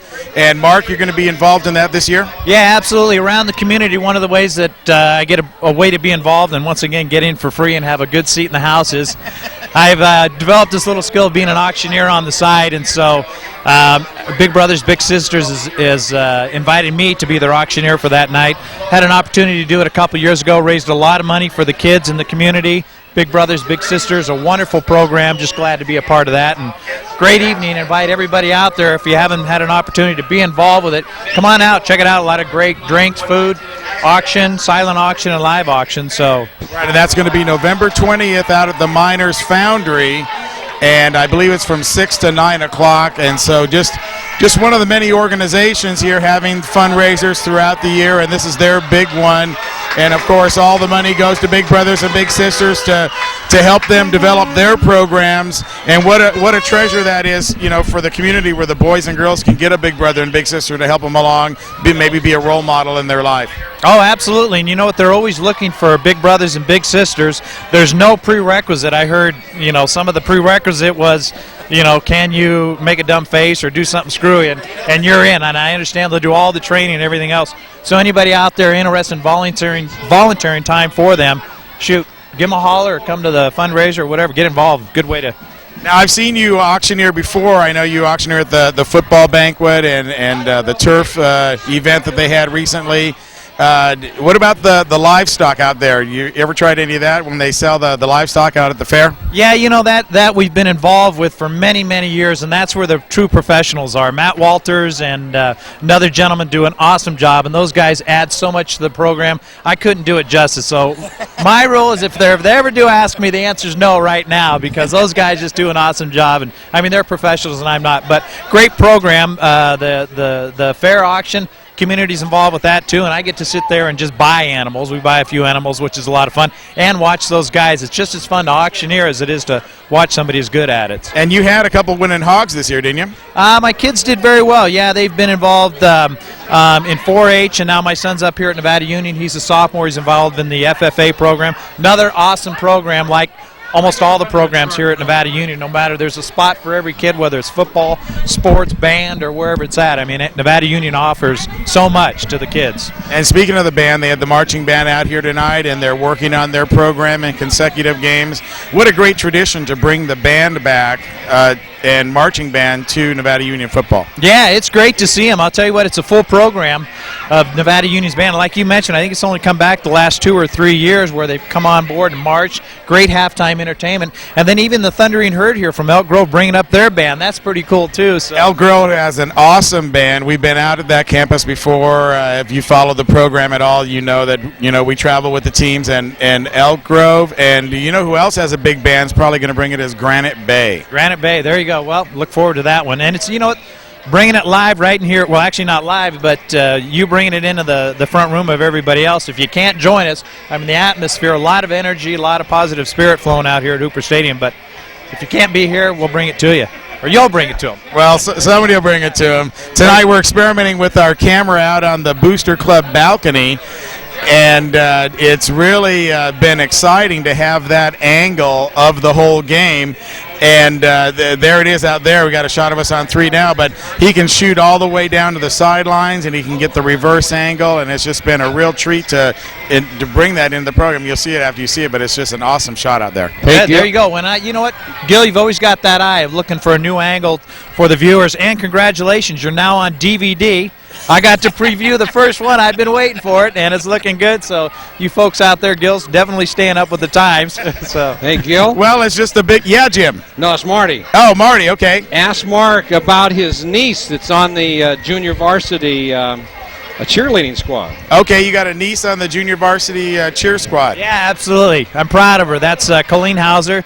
She's a sophomore up here at Nevada Union, just doing a fine job. She's one of the gals in the center, dances around there, and just has a great time. That's my brother, who's partners in our business. Right, Mike. Yeah, Mike Heauser. We can say his name. That's right. There you go. My brother Mike. Anyways, that's his daughter. Both of us are very proud of what she does out here. And, you know, once again, there's a fit for anybody. She's a cheerleader. My son's in FFA, and, you know, great programs again. Credit to the school. Well, it's just a fabulous field here and a fabulous community, and it's just really, believe me, ladies and gentlemen, it's a treat to be out here on Friday, whether you're in the press box like where Mark is or you're down on the field. You know, it's just such a great community atmosphere here that Somerville, of course, wrote an article a couple weeks ago about coming out to a game. And that's, you know, we can't say it enough. Come on out to a game, experience what it's like to be out here. You won't be disappointed. Yeah, absolutely. I mean, the stands are, there's a few seats up there for a few of the people. But well, they're out getting a hot dog right now. That's right. That's right. You know, we got to talk about the food here. The food is awesome. I get cheeseburgers, actually bacon cheeseburgers from Cooper's Cafe, which FFA runs. They send us up 4 cheeseburgers in the last quarter of the JV game, so we get some food in us for the varsity game. Great food there. Great food on the other end's being hosted tonight by the sophomore class, and they've got mountain dogs and sausages and nachos and pizza and all kinds of great food. So it's a family atmosphere, a family event here at Cooper Stadium. All right, Mark. Well, nice to visit with you again. I know I've been trying the last couple of years to get you down here, and you got some duties to do up there. So thanks a lot for spending the time down here with us, and always fun working with you. Well, thank you. I appreciate the time, Gil. All right, Mark Heauser there, the voice of Hooper Stadium. Guys, let's throw it back to you. Thanks a lot, Gil. And we're up here in the booth on the 50-yard line, and we'd like to welcome you all. Marty Mortensen along with Jim Adams. And Jim, what about tonight's game? Well, you know, I think it's kind of interesting. NU had some goals in the first half. They wanted to score some points. They wanted to have a good offensive line performance. They wanted to move the ball well. They wanted to contain the Thundering Herd defensively. They wanted good special teams play. In just about every aspect of the game, they have met and exceeded their plans in what we thought would be a very difficult contest against the Thundering Herd. But as Dave said at halftime before he exited, there's only one half in the book, so we've got another 24 minutes to play in tonight's contest. Well, and teams are coming back out on the field right now, and so we're just about ready to start this second half. Here they come, your Nevada Union Miners with their 34-6 lead. You know, Marty, as we come out of halftime here tonight, I would like to send along some best wishes to my son Jason Adams. Jason had some dental surgery today and normally comes to the games and missed it tonight. So, Jason, we miss you here. Nevada Union Miner football is an exclusive telecast of Touchdown Productions and is being underwritten tonight by Plaza Tire and Auto Service. The Heauser family is proud to support NU football, and Mark Heauser is happy to once again donate his time as the auctioneer of the upcoming Big Brothers Big Sisters wine tasting and auction on November 20th. Plaza Tire and Auto Service. The House of Print and Copy. Patty Ferre is one to see for any copy or printing needs. From full-color business cards to brochures and flyers for your business or organization, the House of Print and Copy can handle it all. The House of Print and Copy. Walker's Office Supplies, owned and operated by the Anderson family. Walker's Office Supplies specializes in a selection of office products and furniture to support your home and business, and the Anderson family love to support Bear River and NU Sports. Walker's Office Supplies. Emery and Ivy Physical Therapy. Accidents or sports injuries can happen anytime. And if they happen to you, Jack Emery and Kevin Ivy can work with you and your doctor to rehabilitate your injury so that you're back on your feet quickly. Emery and Ivy Physical Therapy. Touchdown Productions Championship Television for the Foothills. Be sure to tune in next Wednesday at 8:30 on NCTV Channel 11 in Grass Valley in Nevada City for another edition of the Inside NU Football. Last week, Coach Humphers brought along R.C. Cameron and Nick Cartan. And so before we continue with this kickoff, let's go on down to Gil for a real quick interview. Gil, take it away. Yeah, look who I found hanging around the sidelines here, Brian Hamilton from the Union. Brian, it looks like the old Miner Magic is back tonight. Much improved play on the defensive front this week. I think I got him for around 40 yards rushing the first half. Elk Grove, that is. After giving up more than 300 last week, it's a big difference. It might be Andrew Jackson being back in on that line, but overall they look much better this week. They do, and the offense seems to have a little bit more zip in their step, and the team seems like it's gelling just in time for their first league game. They're very inspired tonight, that's for sure. But they've also had really good field position due to the fumbles and turnovers they've caused on defense. So offense has been somewhat of a beneficiary of the defense's strong play tonight. As well it should be. All right, well, thanks for joining us here. Brian stalking the sidelines, getting ready to write his story for tomorrow. And let's throw it back up to you guys.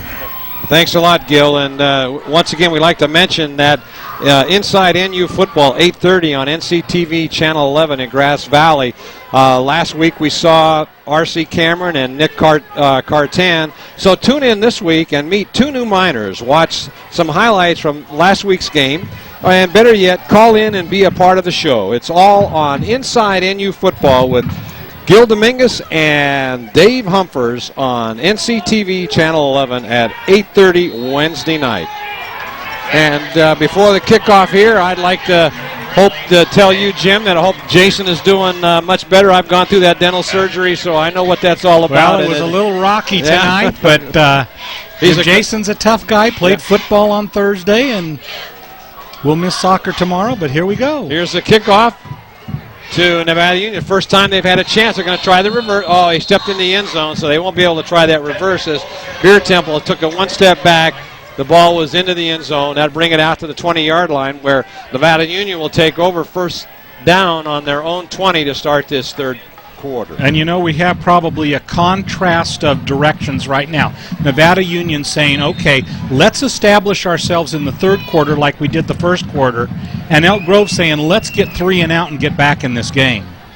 So Cartan on the handoff to Rich Herrera as he comes over the right side and picks up about 10 yards. That could be a first down. See where they spot it. Rich Herrera had a busy first half. The running game went exceptionally well. And it is short by about a half yard, so it'll be 2nd and a half for a first down. Cartan falls down, but then hands it off to Potter as he cuts to the inside over left tackle, and he gets the first down. So Nick Cartan getting an opportunity here to start the second half, and let's see what Nevada Union can do. The drive starting on the 20-yard line, and they're all the way up to the 33, have a first down. High formation for Nevada Union. Handoff goes to Rich Herrera, and that play is stopped right about at the line of scrimmage. As coming in to make that stop for Elk Grove was big number 72, Devon White, 5'10", 272-pound junior. Once again, fast, quick handoff. And now I lost the play, and going on down the sideline. Went over to Josh Noxon there, and an excellent deceptive play there by Nick Cartan. Dropped back, and he caught Noxon in the flat wide open, and Noxon takes the ball down over midfield to about the 48 of the Thundering Herd. And Marty, that was an excellent play there for Nevada Union. Here again, very quickly, there's the handoff around the right side again to Strong, and he picks up strong yardage. And unfortunately, there was a flag in the backfield. We're going to see illegal motion against Nevada Union, and what could have been a first down at about the 35-yard line will come back and will be a 2nd down and 15 from about the 48-yard line of Nevada Union. That's the third time they've been called tonight for illegal procedure. You know, and that might seem like a mistake, but a lot of the plays that Nevada Union runs, especially in the backfield, Marty, they're pretty complex. And when the players practice them in practice, they just go move by move to rehearse it just right. So in motion is Rich Herrera, and now it's a pass over the center and wide open. He fumbles the ball, and who got it? Looks like Elk Grove got it as he was hit right as he caught that ball. He did have possession. That was Bo Castle. So Bo fumbles on that play, and they will turn it over to Elk Grove, and Elk Grove will take over possession at their 40-yard line. That was a big play as he was wide open over the middle. Here's a replay on that, Jim. And Bo did a good job. I mean, and Nick Cartan did an excellent job, too. Here's Nick back to pass. Look at Bo wide open. Gets the ball to him, makes a nice catch, takes it on and begins to run. But, boy, he takes an inopportune hit right on the ball. Oh, there is nowhere to go by Jake Glass on that handoff, and he is stopped by the entire right side of the defensive line for Nevada Union. And in fact, he's going to end up losing about a half a yard on the play, and that will bring up a 2nd down and 10. So an important defensive stand here for Nevada Union. Elk Grove has accomplished their goal of getting the ball back, still down 35-6, 9:55 to play, third quarter. Back to pass is Gardner. He's looking. Plenty of time. He's got a man over the middle. It's going to be intercepted by Garrett Lee. He's got it to the 50-yard line, makes a couple moves, gets up to the 45, 46-yard, 44-yard line of. And I believe a flag came in late, and if I read that properly, I think that would be a personal foul against the Thundering Herd. So Nevada Union may have 15 yards tacked on to the end of that play. Well, they are frustrated. Here's a good play by Garrett Lee as he just stepped right in front of the receiver. Plenty of time to pass. Excellent play by Lee. Take a look at this. Lee at the last second steps right in. And now not only does he have the ball, but he has a good lane of blockers over on that left side. So he's going to pick up about 20 extra yards. And then look at here at the end of the play, if we can pick it up. As he goes down, I think that there is a late hit. And there he is down, and look at number 65 there. Oh, it just came in really late. Frustration is setting in on Elk Grove, no question about that, Jim. There's a handoff to Mike Strong as he tried to go over the right side. He's broken that play a couple times tonight, picked up some big yardage. That time he only picks up 6 solid yards, so it'll be 2nd and 4. And here's that fast tempo offense. There's a handoff to Rich Herrera. He goes over the right, follows his block. He breaks into the secondary, gets on down to the 5-yard line. They'll mark it at about the 6 now. 1st and goal for Nevada Union. And Herrera has been the most durable runner tonight. Rich has done an excellent job, and this is going to be a 1st and goal for Nevada Union. After turning the ball over, they take it back again on the interception, and they've driven to the 6 where it'll be 1st and goal. And now the officials call timeout, and timeout is taken by Elk Grove. Yeah, they've got to regroup because they give up a touchdown right here.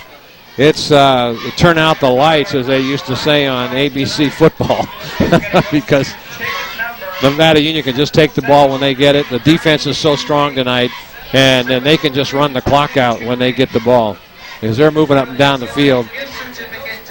And as I said when we led into the second half, a lot of the concerns that the team had prior to this particular week, they've positively addressed. Now, what's hard to figure out is whether they're facing a weak Elk Grove team that is allowing them to have their way, or whether they have made some definitive changes. I can tell you this, there has been a big change in personnel, and at least on defense, they have made a decision to go with a lot of juniors where initially they had a large number of seniors. But here on offense, the offensive line tonight, Marty, has been as awesome as we've seen them so far this season. No question about that. Good observation, Jim, as Nevada Union is on all cylinders tonight. In motion is Potter. There's the handoff, trying to go over the left side, and no blocking. Coming up and making that tackle is for Elk Grove was Conrad Rogers, the senior 230-pound defensive tackle. Put a stop to that, a loss of about 4 yards. Chris Potter in on that play. Ty Smith back in the game at quarterback. There's a handoff to Rich Herrera on the right side. Tries to cut it to the inside, nowhere to go, and he is gang tackled and thrown for another loss as he tried to turn the corner, but no place to go. So third down, and it looks like it'll be about 8 yards to go. Third and goal. Coming in now is McFadden. And it'll be interesting. And also Noxon. So it'll this be could be a interesting pass to see play. what the it'll be interesting to see what the call is in this situation. They have not gone to McFadden tonight, so let's see what they do here. As he rolls out, oh, wide open. Bo Castle. Touchdown, Nevada Union. And that makes it 40-6 with 7:43 to play. Chris Ulinski comes in for the extra. Nope, it'll be Dante Puntera in for the extra point. Very quiet on the Elk Grove side of the field. The fans are just sitting in there in amazement. That looks like it's good, and it is. And so for Bo Castle, Marty, that's his first touchdown of the season. Excellent play there by Bo. They brought in McFadden and Noxon, so you would think that they would be going to the big pass receivers, but Castle just kind of slipped into the end zone, and that was right on target. And Bo got himself open. He was wide open. All Ty Smith had to do, in fact, let's take a look at it here. This should be an excellent angle right here. You can see Ty Smith come back to pass, fakes the draw to Herrera, and then takes a look over the middle. If we could see on our right side here for a minute, Bo Castle is just totally wide open. There he is. The defender has fallen down. 6 points for Nevada Union. That makes the score 41-6. Big play there. Big touchdown for Nevada Union. And so now 41-6. And So despite a turnover in their first drive, they kind of weathered the storm and are able to take the ball back and move about 40 yards for a touchdown. Dante will come up and kick off here. See if he can get his leg into it. A squibber, line drive. Taken in there by Uri. And he gets it up to the 30-yard line where Elk Grove will take it over 1st and 10 on their own 30. Well, that's an interesting call there. I look over on the sidelines looking for Chris Ulinski. His leg's probably tired. All the kicking he's been doing tonight. Well, if you knew Chris, you would know his leg definitely does not get tired. So I don't know exactly. There he is. I see him on the sidelines. Number 12, Chris Ulinski there. And that'll bring up a first down and 10, 7:36 to play in the third quarter. Gardner in shotgun formation.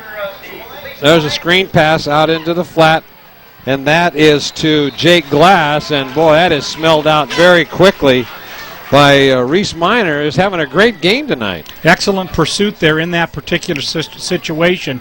A screen that could be expected to come around the left side and gain some good yardage instead gets just back to the line of scrimmage, and it will basically be 2nd down and 10 for the Thundering Herd of Elk Grove. There's a handoff to Davenport, and oh man, he is hammered at the line of scrimmage. Coming in to put the finishing touch on him as Weathern, it looked like. Jason Weathern. And that'll make it 3rd down and 10 with 6:45 to play. Looks like the defense now has got some new faces in there, giving everybody a chance to play out here in this second half. Shotgun again, roll out, and big rush. And it's caught over in the flat and out of bounds for a first down. Big 13-yard pickup. And that will be 1st and 10 on their own 43-yard line. Great pass rush there by Nevada Union, and got a little bit of a late hit just after he had released the ball on that play. That was Zach Callis. And I guess the clock was running, so.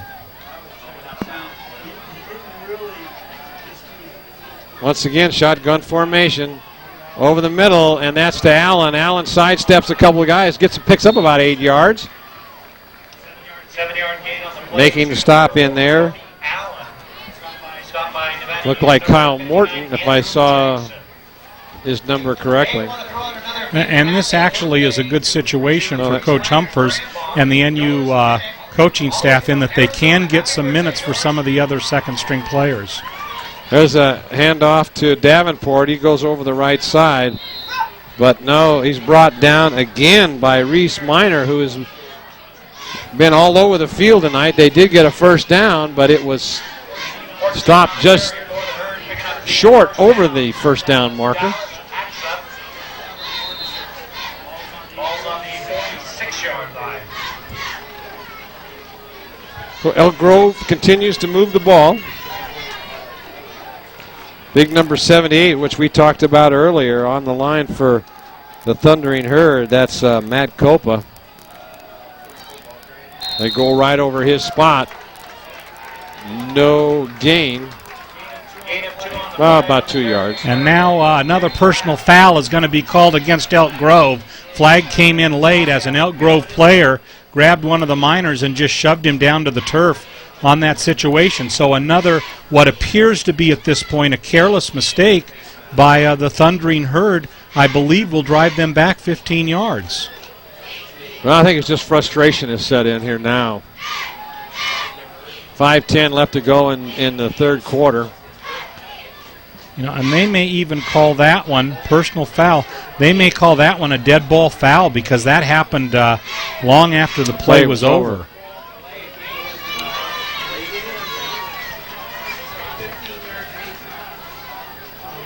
Personal foul called on Elk Grove, and so once again they shoot themselves in the foot because they had a. And there's another flag.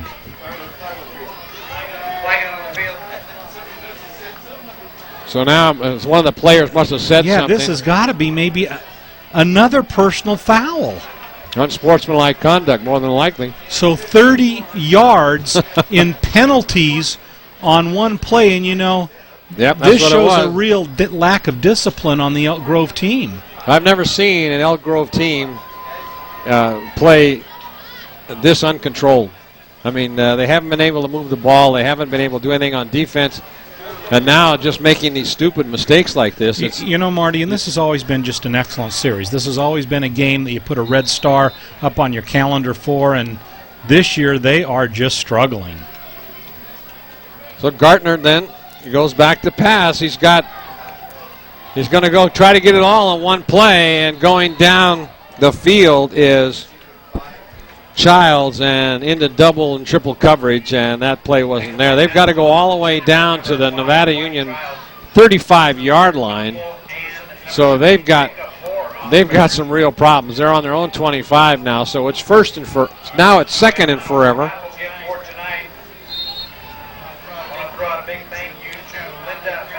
Coming into the game is Jim Gamble for the Miners. Rolling back to now they're going to have another penalty.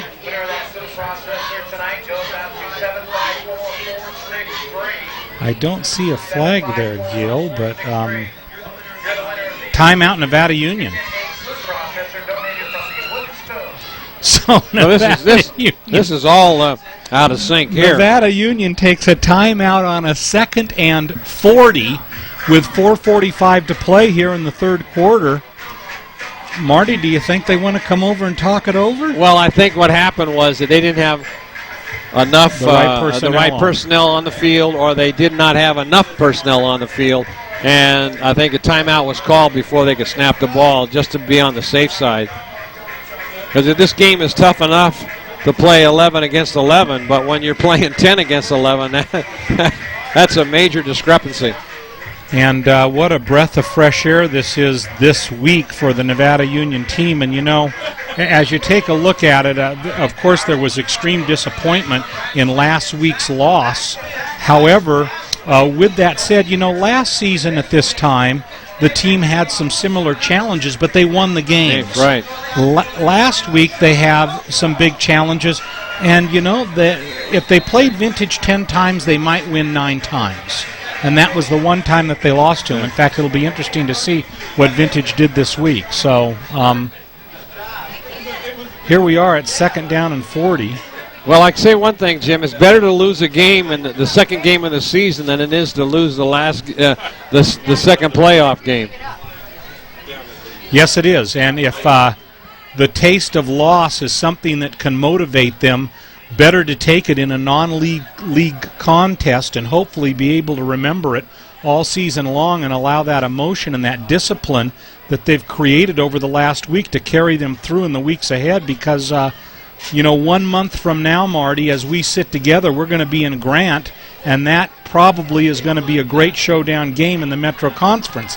However, with that said, Granite Bay also has a great team, so they're new in the Metro Conference, and we're looking for a date with them, and I believe we play them back at Hooper Stadium after the Grant game. That'll be a tough contest. So it's 3rd down forever, going back to pass, and throws it over the middle. He's got Allen. Allen can get the first down, and he does. He takes it almost just short of the first down, took it down to the 40-yard line. That was a big gainer. So that's going to bring up a 3rd down and about 6 on the play. No, that was now that the flag on the field, they're going to call it back as holding against. Wait a minute. No, hold on here. There's a little bit of confusion.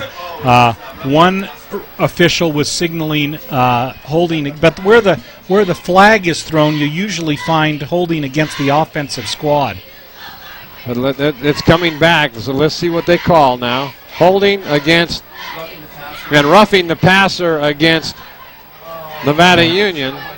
So that'll be that'll offset it, and we're going to go back to 2nd and 40. Oh, I tell so you. Nevada Union gets a freebie. They dodged the bullet big time in that situation, and even with a 41-6 lead, I'm sure that they weren't very pleased to give up that massive amount of yardage on that 2nd down play.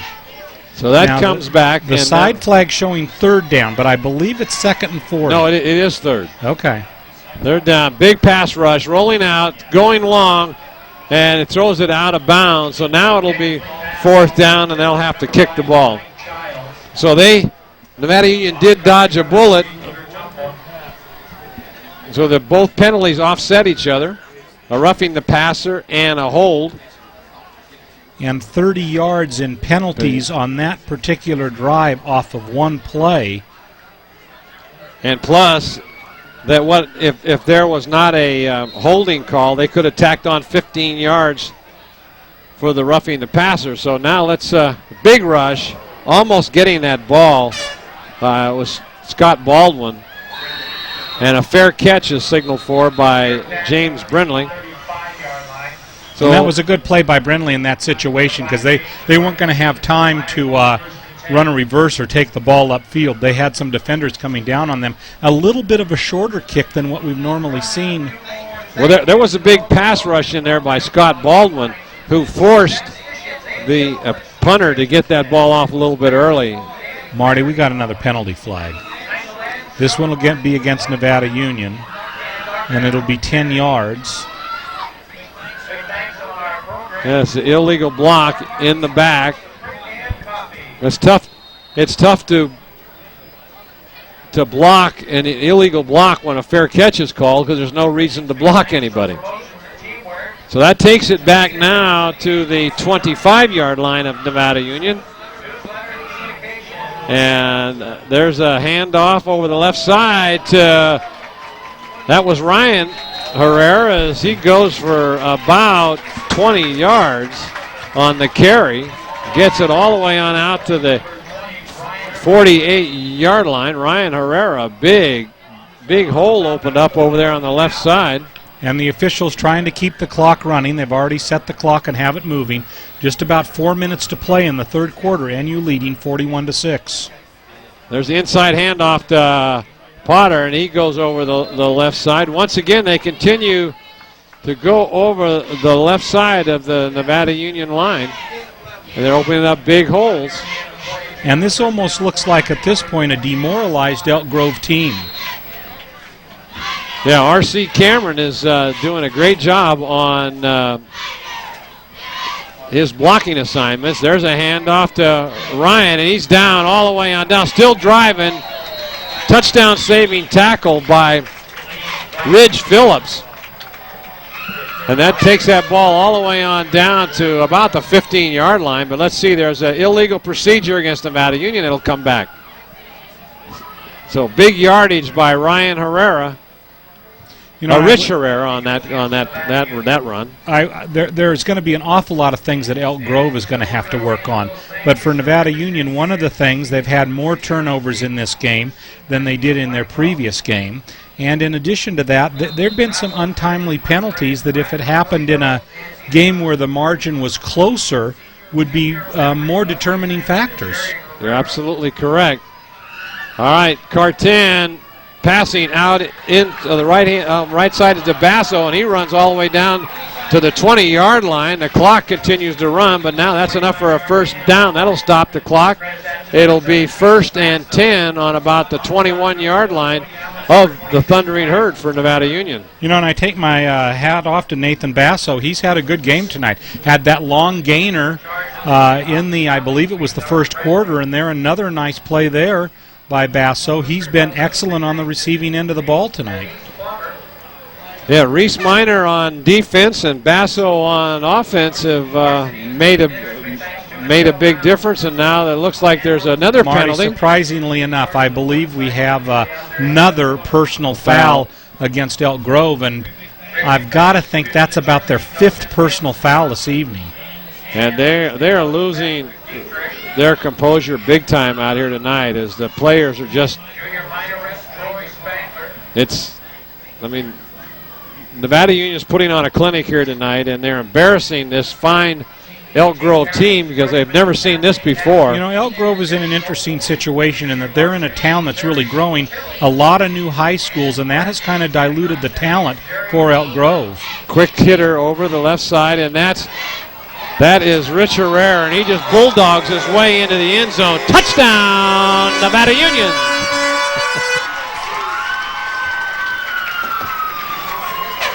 And that was an excellent Herrera drive that was interrupted there by the Basso pass. An excellent drive by Nevada Union.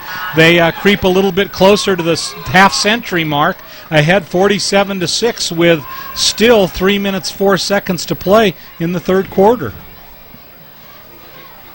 Coming in, and they did block the kick. Boy, nobody blocked big number 41, Tony Zanardi, as he came in from the right side and blocked that kick. And what made it even worse was that the snap was high. Nick Cartan had to go up for it. Had a little bit of trouble bringing it down. And in fact, let's take a look at a great. Here is the touchdown play, and you'll see Herrera coming right at you here. Look at the missed tackles. Yeah. I mean, he's just driving his legs. Good blocking. And there he is. He hits a hole, and throws a cut. Look at him straight on that last defender and right into the end zone for a touchdown. You cannot arm tackle the Herrera brothers. And Cody Allen tried to do that. I would imagine that Allen, by this point in the game, has got to be a little bit fatigued. I think he's played almost every play, both offensively and defensively.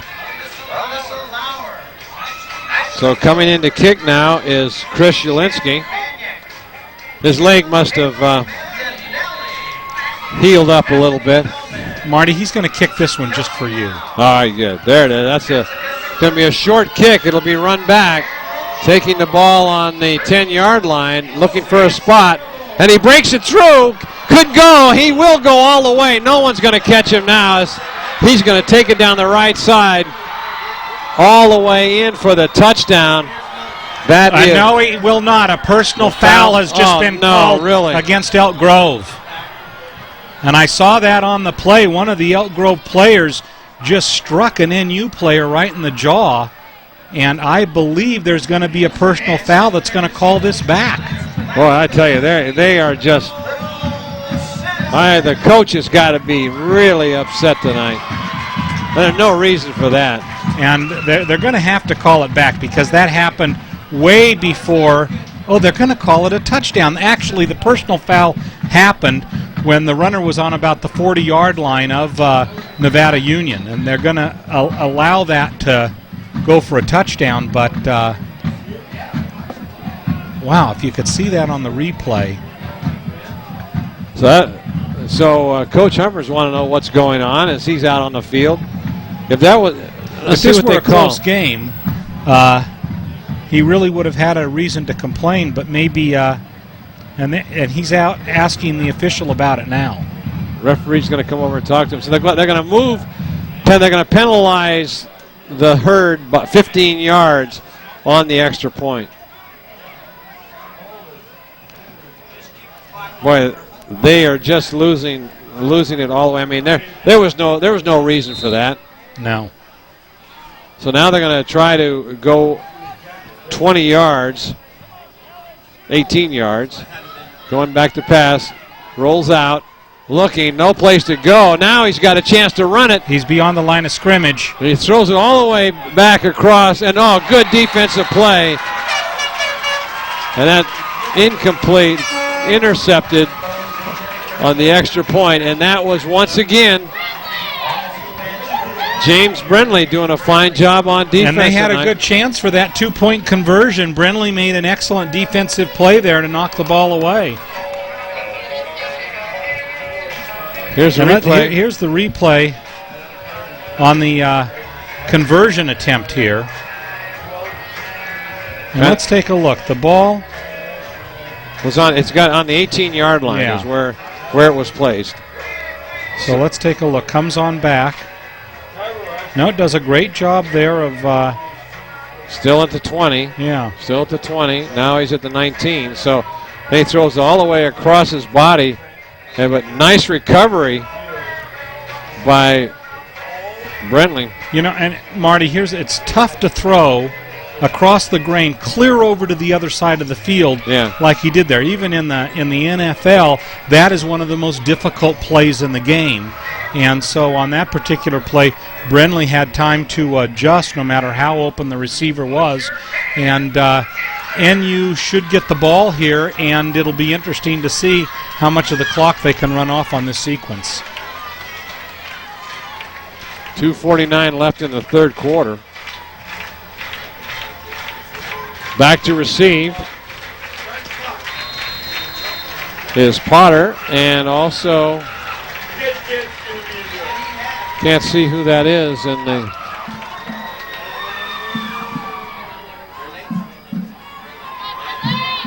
There's the fake again, coming around the right side. That's Brenly. He's dragged down. On the return, working his way up to the 12-yard line, number 5, James Brenly. And there's another flag on the play. This is getting out of control, and it's illegal block by Nevada Union, so that'll take it back to about the, I'd say about the 4-yard line, because it looks like the flag lays at about the 8. They'll start deep this series in their own, almost in their own end zone. Well, and I would have to think that one of the goals for Nevada Union right now would be to have a disciplined drive in which they could run some time off this clock. That's Smith back in, and there is Rich Herrera. He continues to grind out the yardage. Gets enough for a first down. And at the end of that play, Brennan McFadden threw an incredible block and absolutely flattened Cody Allen for the Thundering Herd. 31 in on the tackle. And as this season progresses, one of the things that you're going to see of Brennan McFadden, he may not lead the league in receiving, but what a power blocker he is. Smith hands the ball off. to Ryan Herrera. He changes directions. Boy, all these missed tackles, and he's still going. And if he had not fallen down, he had a clear shot right up the middle of the field. Well, they are just arm tackling. They're not even, the defense isn't even into this game now. They just kind of lost interest, it looks like to me. And they've got a quarter and a minute 40 to play here. A minute 40 to play in the third quarter. Nevada Union leading 47-12. Ball on their 23-yard line.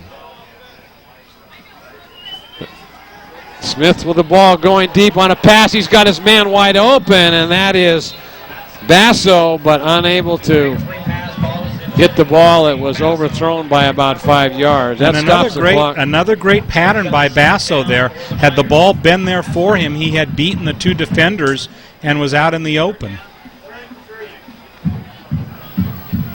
So third down and about 4 yards to go on the play. Look for Ryan Herrera here, I would think.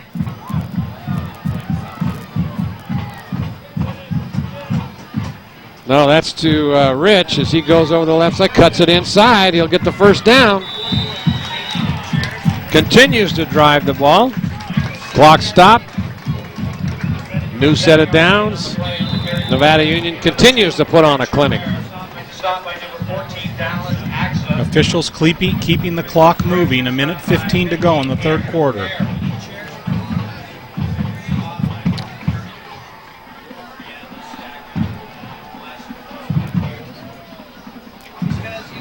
There's a quick handoff to Ryan Herrera. He goes over the left side, picks up about 3 yards. And another penalty, I would think, against Elk Grove there. I think we had another personal foul on the play. And Ryan is getting up a little slowly. Let's take a look at what this call is. Another personal foul against Elk Grove, and their game has become totally undisciplined. This has got to be about their 7th personal foul of tonight's contest. And Marty, no matter at what level you are or how you're suffering, 7 personal fouls in one contest from my mathematics is going to result in 105 yards in penalties.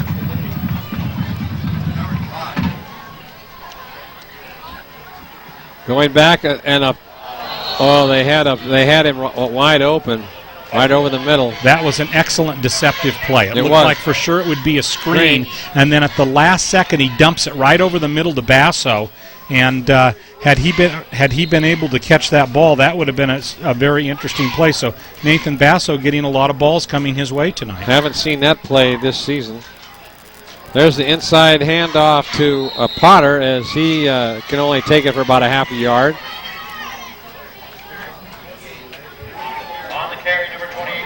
So that'll bring up a third down and 10. And that could be the final play of the third quarter if NU does not come up on the ball again. So 20 seconds to play in the third quarter. Now they'll have to get this play off right here unless they'll have a... Smith calls the play. They come up to the line of scrimmage. Single back, in motion is Potter. There's a fake. Now there's that screen and dropping the ball on that short pass. But a penalty flag was on the play, I believe. Might have been a... Let's see what they call. And the officials huddle once again. And they're having a chat there with the Elk Grove defense, so it may very well be that this one will be against Nevada Union. Well, they don't have to move the ball very far to change the spot on the quarter, as it's right at the 50-yard line. That penalty was declined. Illegal motion against Nevada Union, and this should be an interesting fourth quarter. Hopefully the clock can keep moving, but Elk Grove has really had a problem moving the ball, maintaining their composure, stopping the run, just about everything tonight. And in the years, Marty, that we've had the pleasure of covering this incredible competition between these two teams that hook up every year, not only is this one of the weaker efforts by Elk Grove, but by far the least disciplined effort I've ever seen by Elk Grove.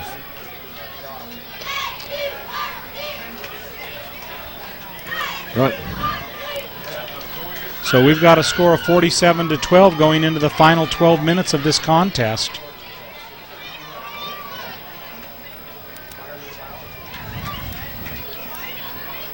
Back to kick is Chris Ulinski for Nevada Union. There's some discussion still going on the field between the referees.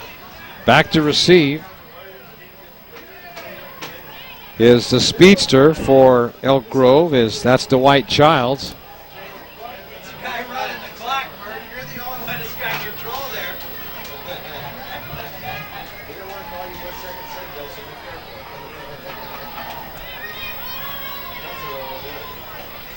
So let's see how Chris can do on this punt. His first punt of the evening only went about 15 yards.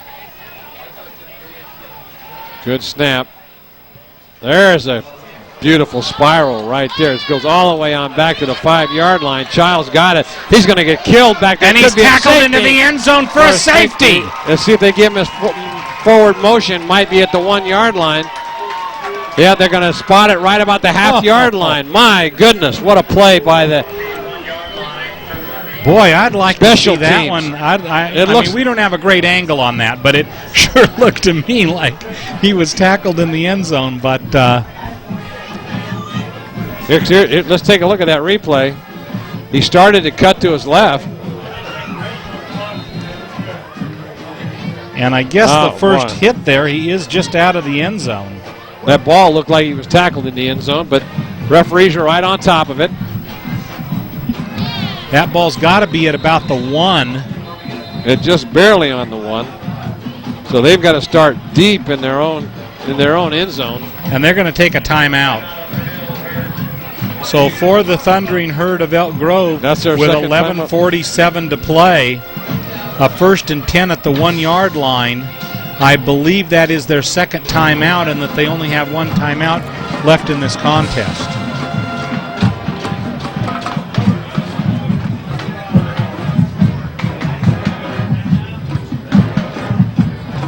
Dave Humphers huddles his defense over on the near sideline while Elk Grove tries to get it together on the far side. And, you know, it would be very interesting to listen to what was going on over at the Elk Grove sideline right now, Marty.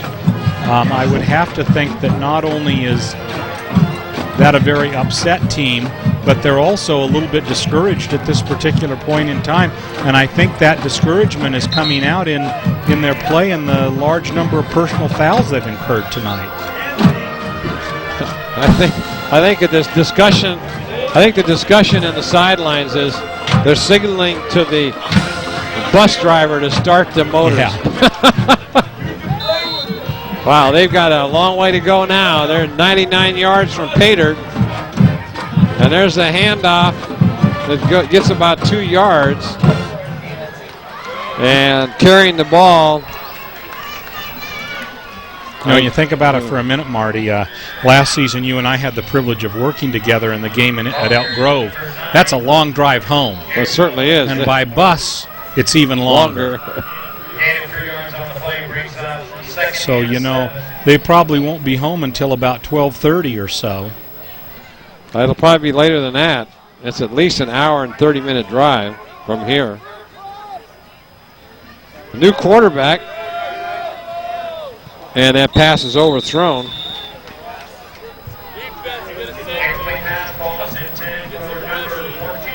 We remember those late nights. They're kind of hard on us sometimes. Yeah, right. I remember it well. Going down to Woodland last year. Oh, boy. At least we didn't have to go home in the Commander. Well, there are some advantages.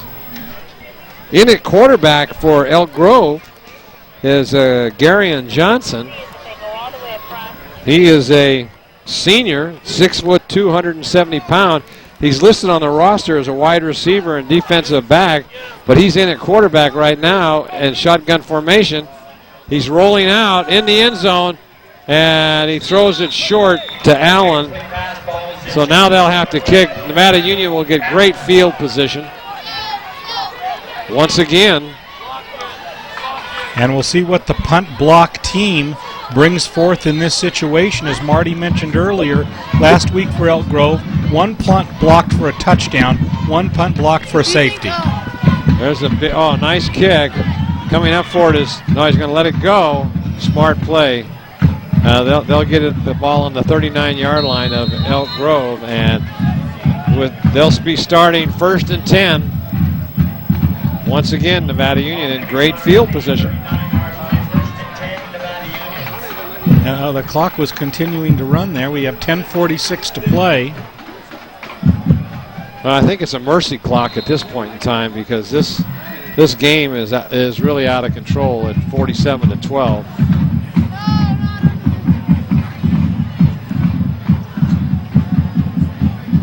All right, Cartan back in the quarterback position, going for 5 yards. Is the ball carrier.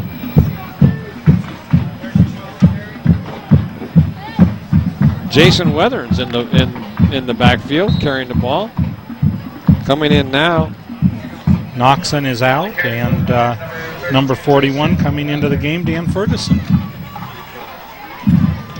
There's the handoff to the first man through, and that is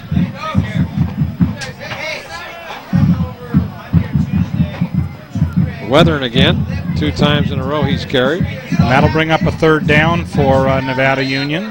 3rd down and about 5.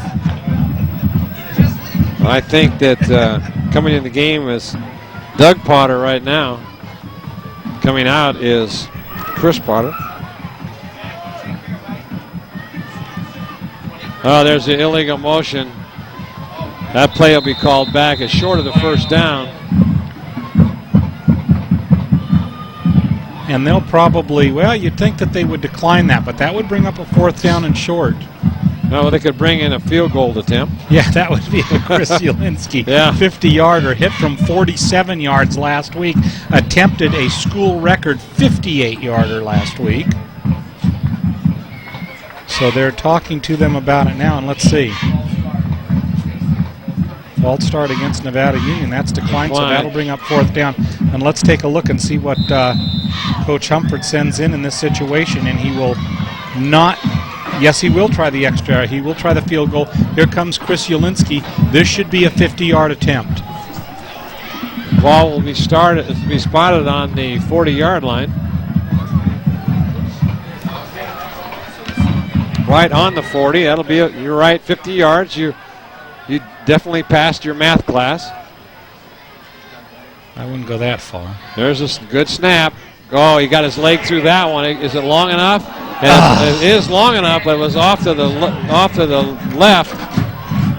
No good. And the Elk Grove Thundering Herd holds, and they will take the ball on the 20-yard line.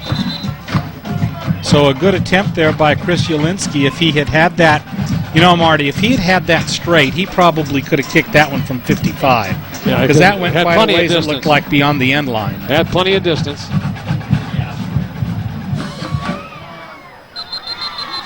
So confusion reigns supreme. This isn't the NFL, folks. The ball is spotted on the 20-yard line in high school and college if you miss your extra point or your field goal attempt. 9:12 to play. Spread formation for the Thundering Herd in at quarterback now. Let's see who that is.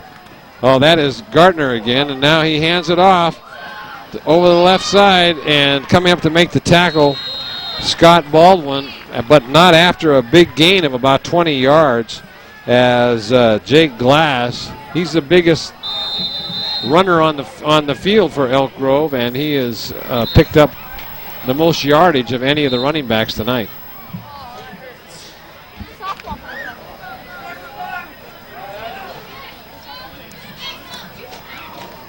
There's a handoff to Davenport around the right side, going nowhere.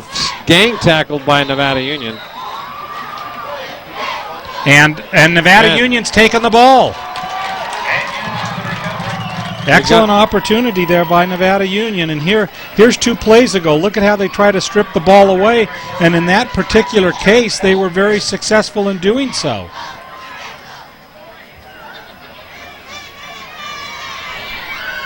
And the frustration's really boiling over. I'm surprised that for the Thundering Herd, number 41, Tony Zanardi, didn't get a personal foul on that one. He argued with the officials quite a while after that call, and it was a little confusing. You couldn't really see where he funneled it, but Nevada Union came up with it, and here they go on offense. There's the handoff over the right side to Carrillo, and he makes a big gain as he goes all the way on down to about the 20-yard line, 18-yard line. Big play as David Carrillo comes in, 5'9", 150-pound junior running back. Seeing a lot of new faces in the game right now.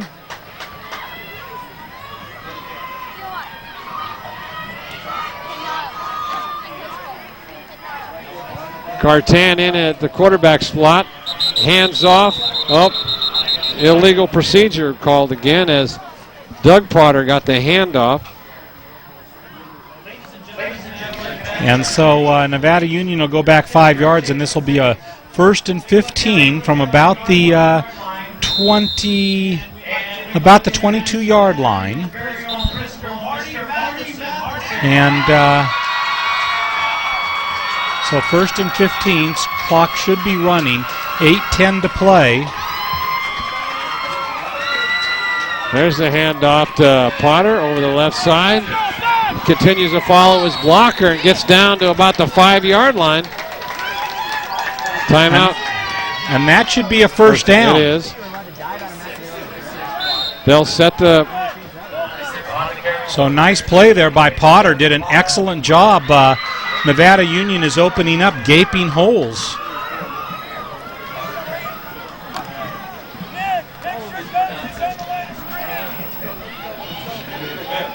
Cartan over center.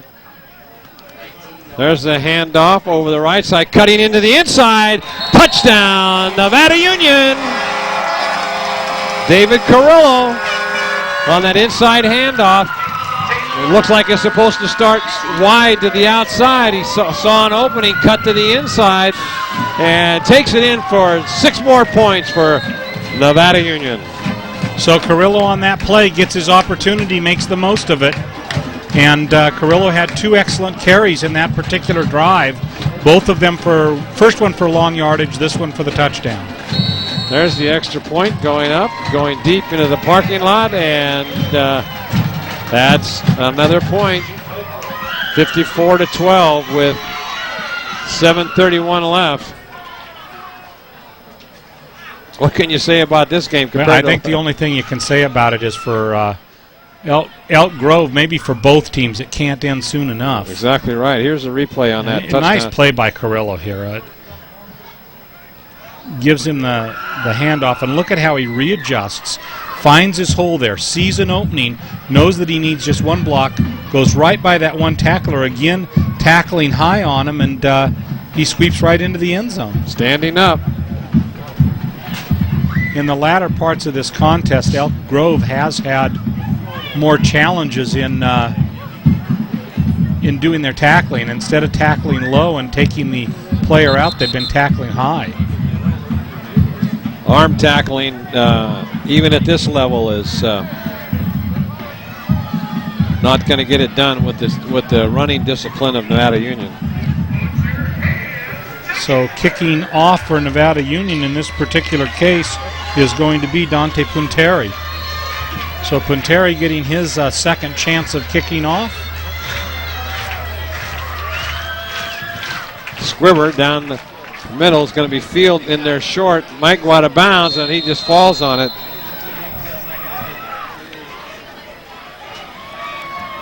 And I think in that situation he was worried that it wouldn't fall out of bounds, and so he wanted to recover it before Nevada Union got on it and took possession of it. Just saw an old touchdown production crew member from a couple of years ago, Joe Lynn Harris, stopped by, said hello. He's out here watching the game tonight.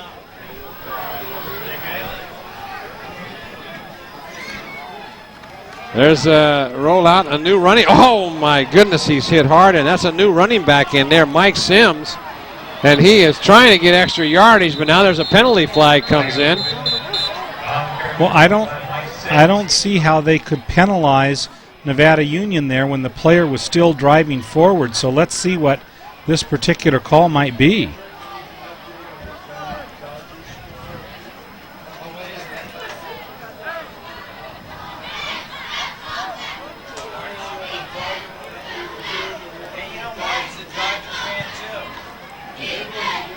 Check it out. Personal see what foul happens. again. Here, let's see if we can pick this up where this happens. Here he comes in. You'll see a gang tackle. With that said, he continues to do a great job of moving the ball forward. So there the pile is beginning to form, but look at him continue to move, continue to move. Now look at 60, look at 62 there. Maybe that's where the foul is, or 14. Watch it here. Well, somebody hit in the back. It looks like number 66 hit somebody in the back. So a first and about 20. Going back to pass is Gardner looking deep. He's got his man open, but he overthrows him. Nice tight spiral.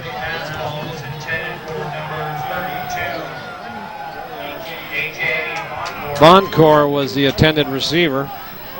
That was overthrown by about 5 yards. And that should bring up a second down and 20. 6:58 to play in this contest in the fourth quarter with Nevada Union in the lead, 54-12.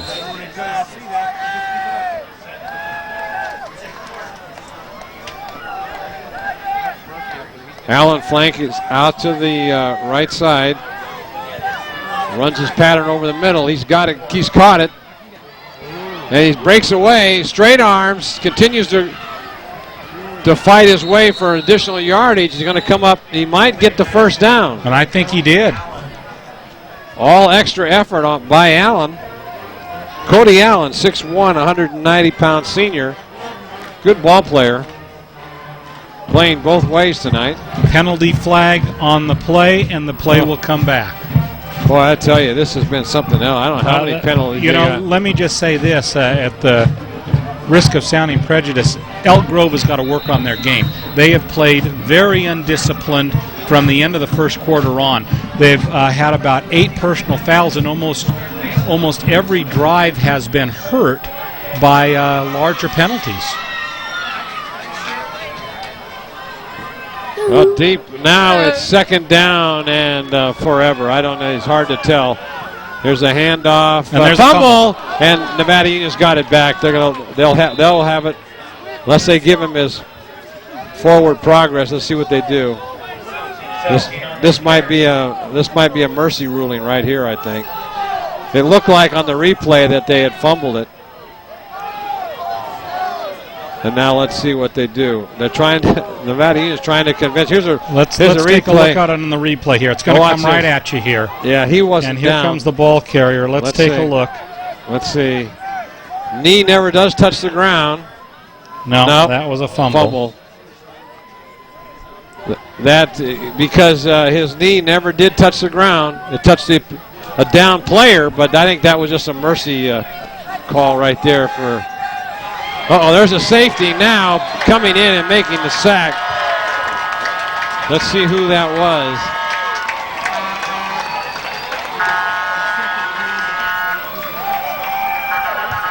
So Nevada Union on that play with 6:35 to play here in the fourth quarter makes the score 56-12. That looks like Bo Castle. If we got the replay on that, we'll see if that was who the call. Well, that would be interesting if it was Bo on that play, because that would mean that he's getting a little bit of opportunity on the defensive line. And there you see Coach Dave Humphers. He's going to have to put the receiving team back out there. This will be a free kick from the 20-yard line. Well, Marty, we're in a little bit better shape than we were last week. With it being only about 10:20, last week we were about an hour later. It was about 11:20 at this point. You had quite a night last week, didn't you? Certainly did. Between getting home late. Marty got home at about 12:30 in the morning, and at about 4 o'clock his dog got a skunk, and Marty had a tea time at 8:30, and Oh my gosh, I was the only one who got good sleep because Gil had to edit the tape. The game was so long last week. Gil got into bed at 5 o'clock in the morning. He doesn't need a lot of sleep anyway, does he, Marty? No, I don't think so. In fact, he called my house at about 10 o'clock, and I guess he was so groggy, my daughter said to me, Gil Dominguez called, and I think he had been drinking. I said, no, Lindsay, he hasn't been drinking. He's just exhausted. Well, what Gil doesn't do for getting a tape out, be shown to the community. Here's a free kick. This is an excellent punter, Lancaster. And taking that ball, Scott Baldwin, and he gets it up to the 50-yard line. So Scott gets an opportunity there to carry the ball, and Baldwin takes it to the 50-yard line where Nevada Union will have an opportunity to move the ball and hopefully take some time off the clock with 6:15 to play, up by 56-12, up by 44 points. Scott's running is just like tonight, since he's come into the game, he's like a fine-tuned piano. Scott Baldwin. There's a big play on down, all the way on down. Takes 3 people to try to bring him down. Big 15-yard gain all the way down to the 32-yard line. So excellent play there by Jason Weathern. And Weathern picks up over 20 yards on the play, and that'll be 1st and 10 for Nevada Union. Clock continues to run with 5:40 to play.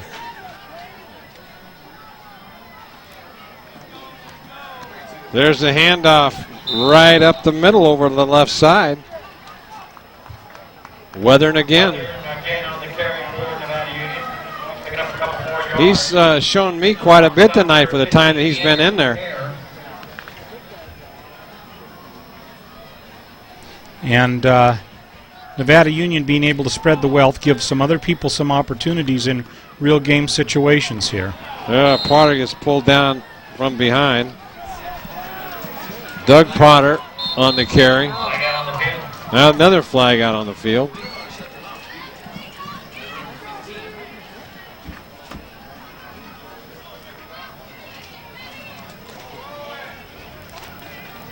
And it'll be interesting to see what this play is. This may be against Elk Grove. We'll have to see because Nick Cartan is right there, and they're kind of talking to Nick.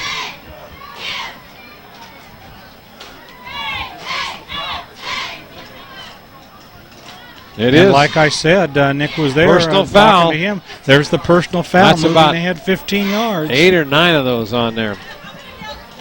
I'll be anxious to see the stats in the paper to find out exactly how much in the way of penalties. They've got to be close to 200 yards. It's got to be. It got to be. 30 yards on one play. Yeah. Okay, Cartan now. There's a fumble. The ball's on the ground. Looks like Elk Grove recovered it, so a break for Elk Grove as Nevada Union threatening to score again. Fumbles the ball. Nobody saw it. So with 4:46 to play, Elk Grove will take over on about their own 15-yard line, trailing 56-12.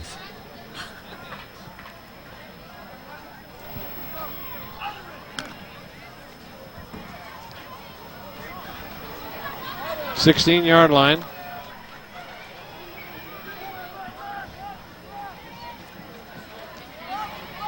Gardner in at quarterback now. He hands off to Sims over the. He continues to drive. This guy here, this Mike Sims, he's a little fire plug out there. He's got some good speed. Worked to the outside, picked it up about. Looks like he got about 8 yards on the carry. And that'll bring up in fact, he gets about 9, so that'll bring up about 2nd down and 1.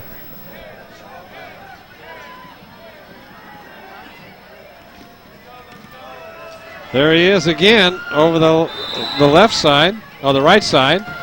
He looks like he got the first down. Clock will stop. Now they start the clock again. Allowing very little stoppage of time when a first down is gained so that they can keep that clock running. 3:52.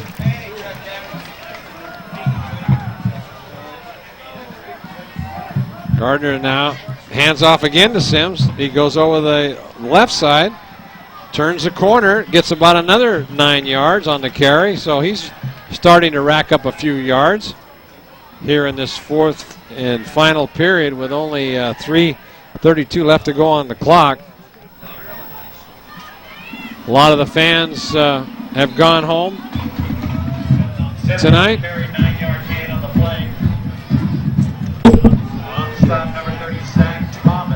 So he's got, that was 9-yard pickup, and so now he fakes a handoff, big rush.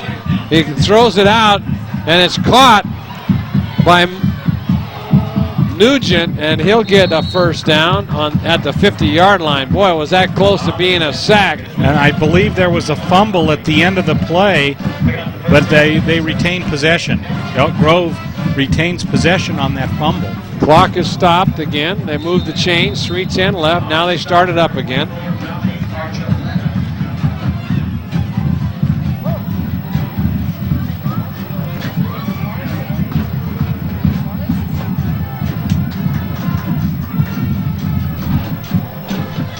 Quick handoff up the middle. Big O over the right side. He's got one man to beat. Coming over for him, making the stop on a nice open field tackle is Nick Sawyer. Came up and made that stop, saved that touchdown.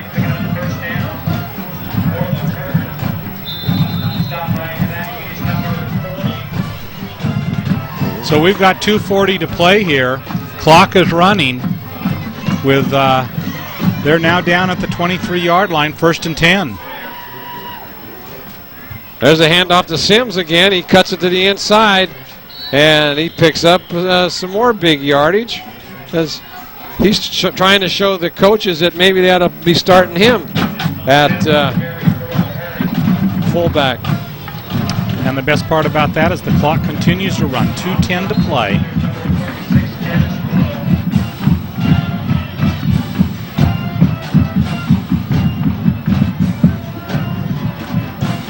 Two backs in the backfield. There's a handoff to Sims again. He cuts it to the inside, still drives, gets it down to about the 18-yard line as Elk Grove threatens to score here on their last possession.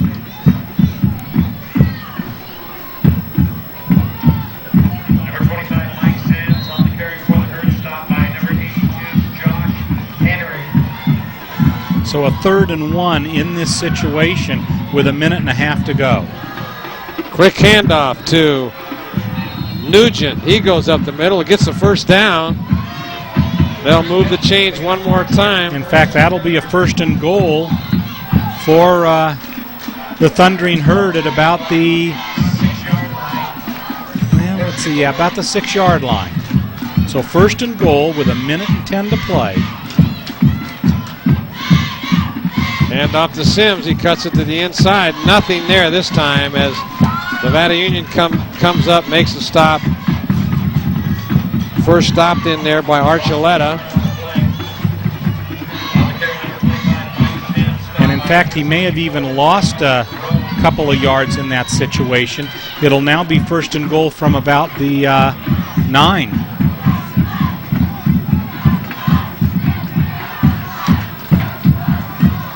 And 2 guys move. That'll be another penalty.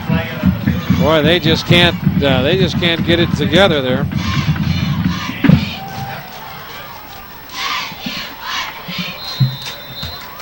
And the clock continues to run with 36 seconds to play, and Elk Grove goes back into the huddle.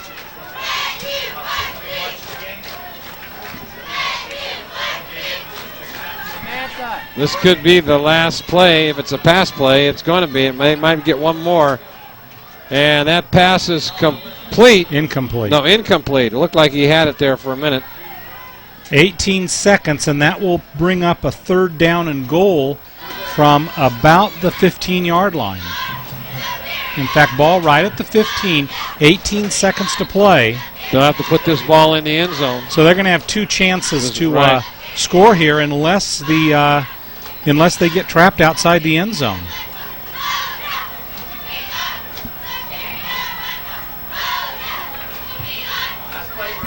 Let's see. Here we go. He rolls out. Now you got it. This could take it, and he goes up but down to about the 1 yard line with 12 seconds left as he goes out of bounds. So that'll be a 4th down and goal, and I think that they're going to spot it at about the 3 yard line. Well, let's see if they can put 6 more points on the board. 12 seconds left. And this will be Elk Grove's final play of the game.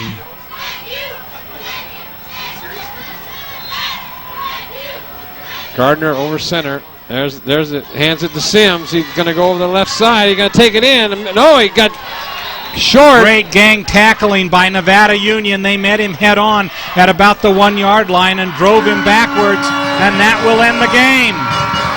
Nevada Union comes out on top by a score of 56-12 on the final defensive play of the game. And it was a clinic tonight, Jim.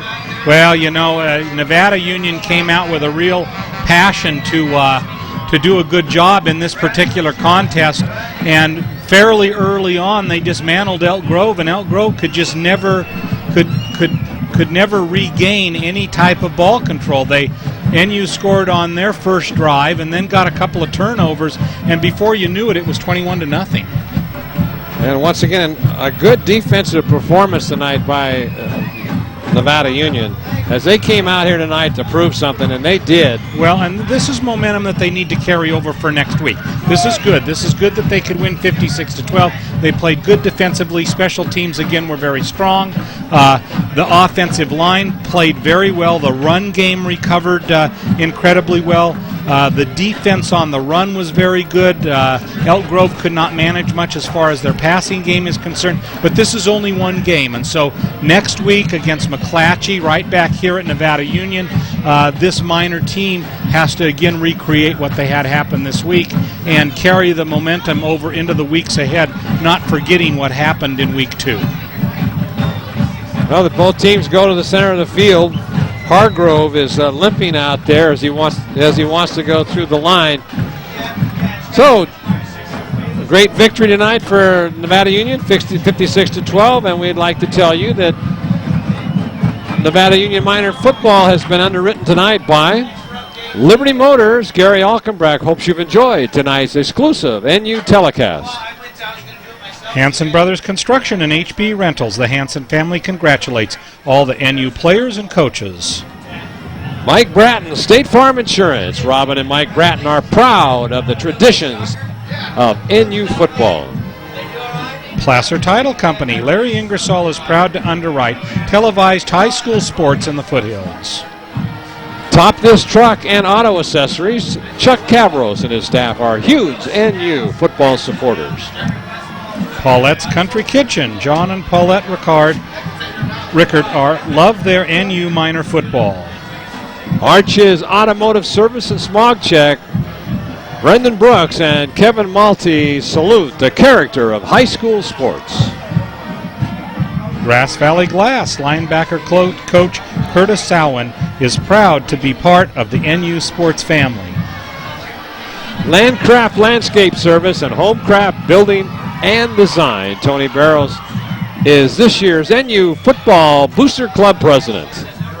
Real Estate Center Lake of the Pines. Larry Harley is happy to be part of our great community. B&C True Value Home and Garden Center. The Fowler family supports many youth sports activities. Plaza Tire and Auto Service. Mark Heauser loves to donate his time to the NU football program and the community. The House of Print and Copy. Patty Free is a longtime NU football mom and says, "Go Miners!" Walker's Office Supplies. The Anderson family is happy to support the Bear River football team. Emery and Ivory Physical Therapy. Kevin Ivory is on the sidelines of every game to take care of our NU Miners. And by Touchdown Productions, championship television for the Foothills. Join us next week as the NU Miners open up Metro League play. Your executive producer and director for tonight's game, Gilbert M. Dominguez. Chiron operator and replay, Brandon Duckett. Camera operators tonight, Walt Baker, Grady Fike, Chris Glass, and Samantha Clapp. Your announcers for tonight's game, Marty Mortensen and Jim Adams. Underwriting coordinators, Gil Dominguez, Samantha Clapp, and Ron Davis. Webmaster, Jamie Pell. Hairstyles by Michelle Brown at the look. Remote facilities by the commander tonight. Touchdown Productions, give us a call, 274-2206. Look for us on the web at touchdownproductions.com. And for all of us here at Touchdown Productions, we'd like to say thank you for watching the game. We'll see you next week. For Jim Adams, this is Marty Mortensen along with Gil Dominguez saying good night, everybody.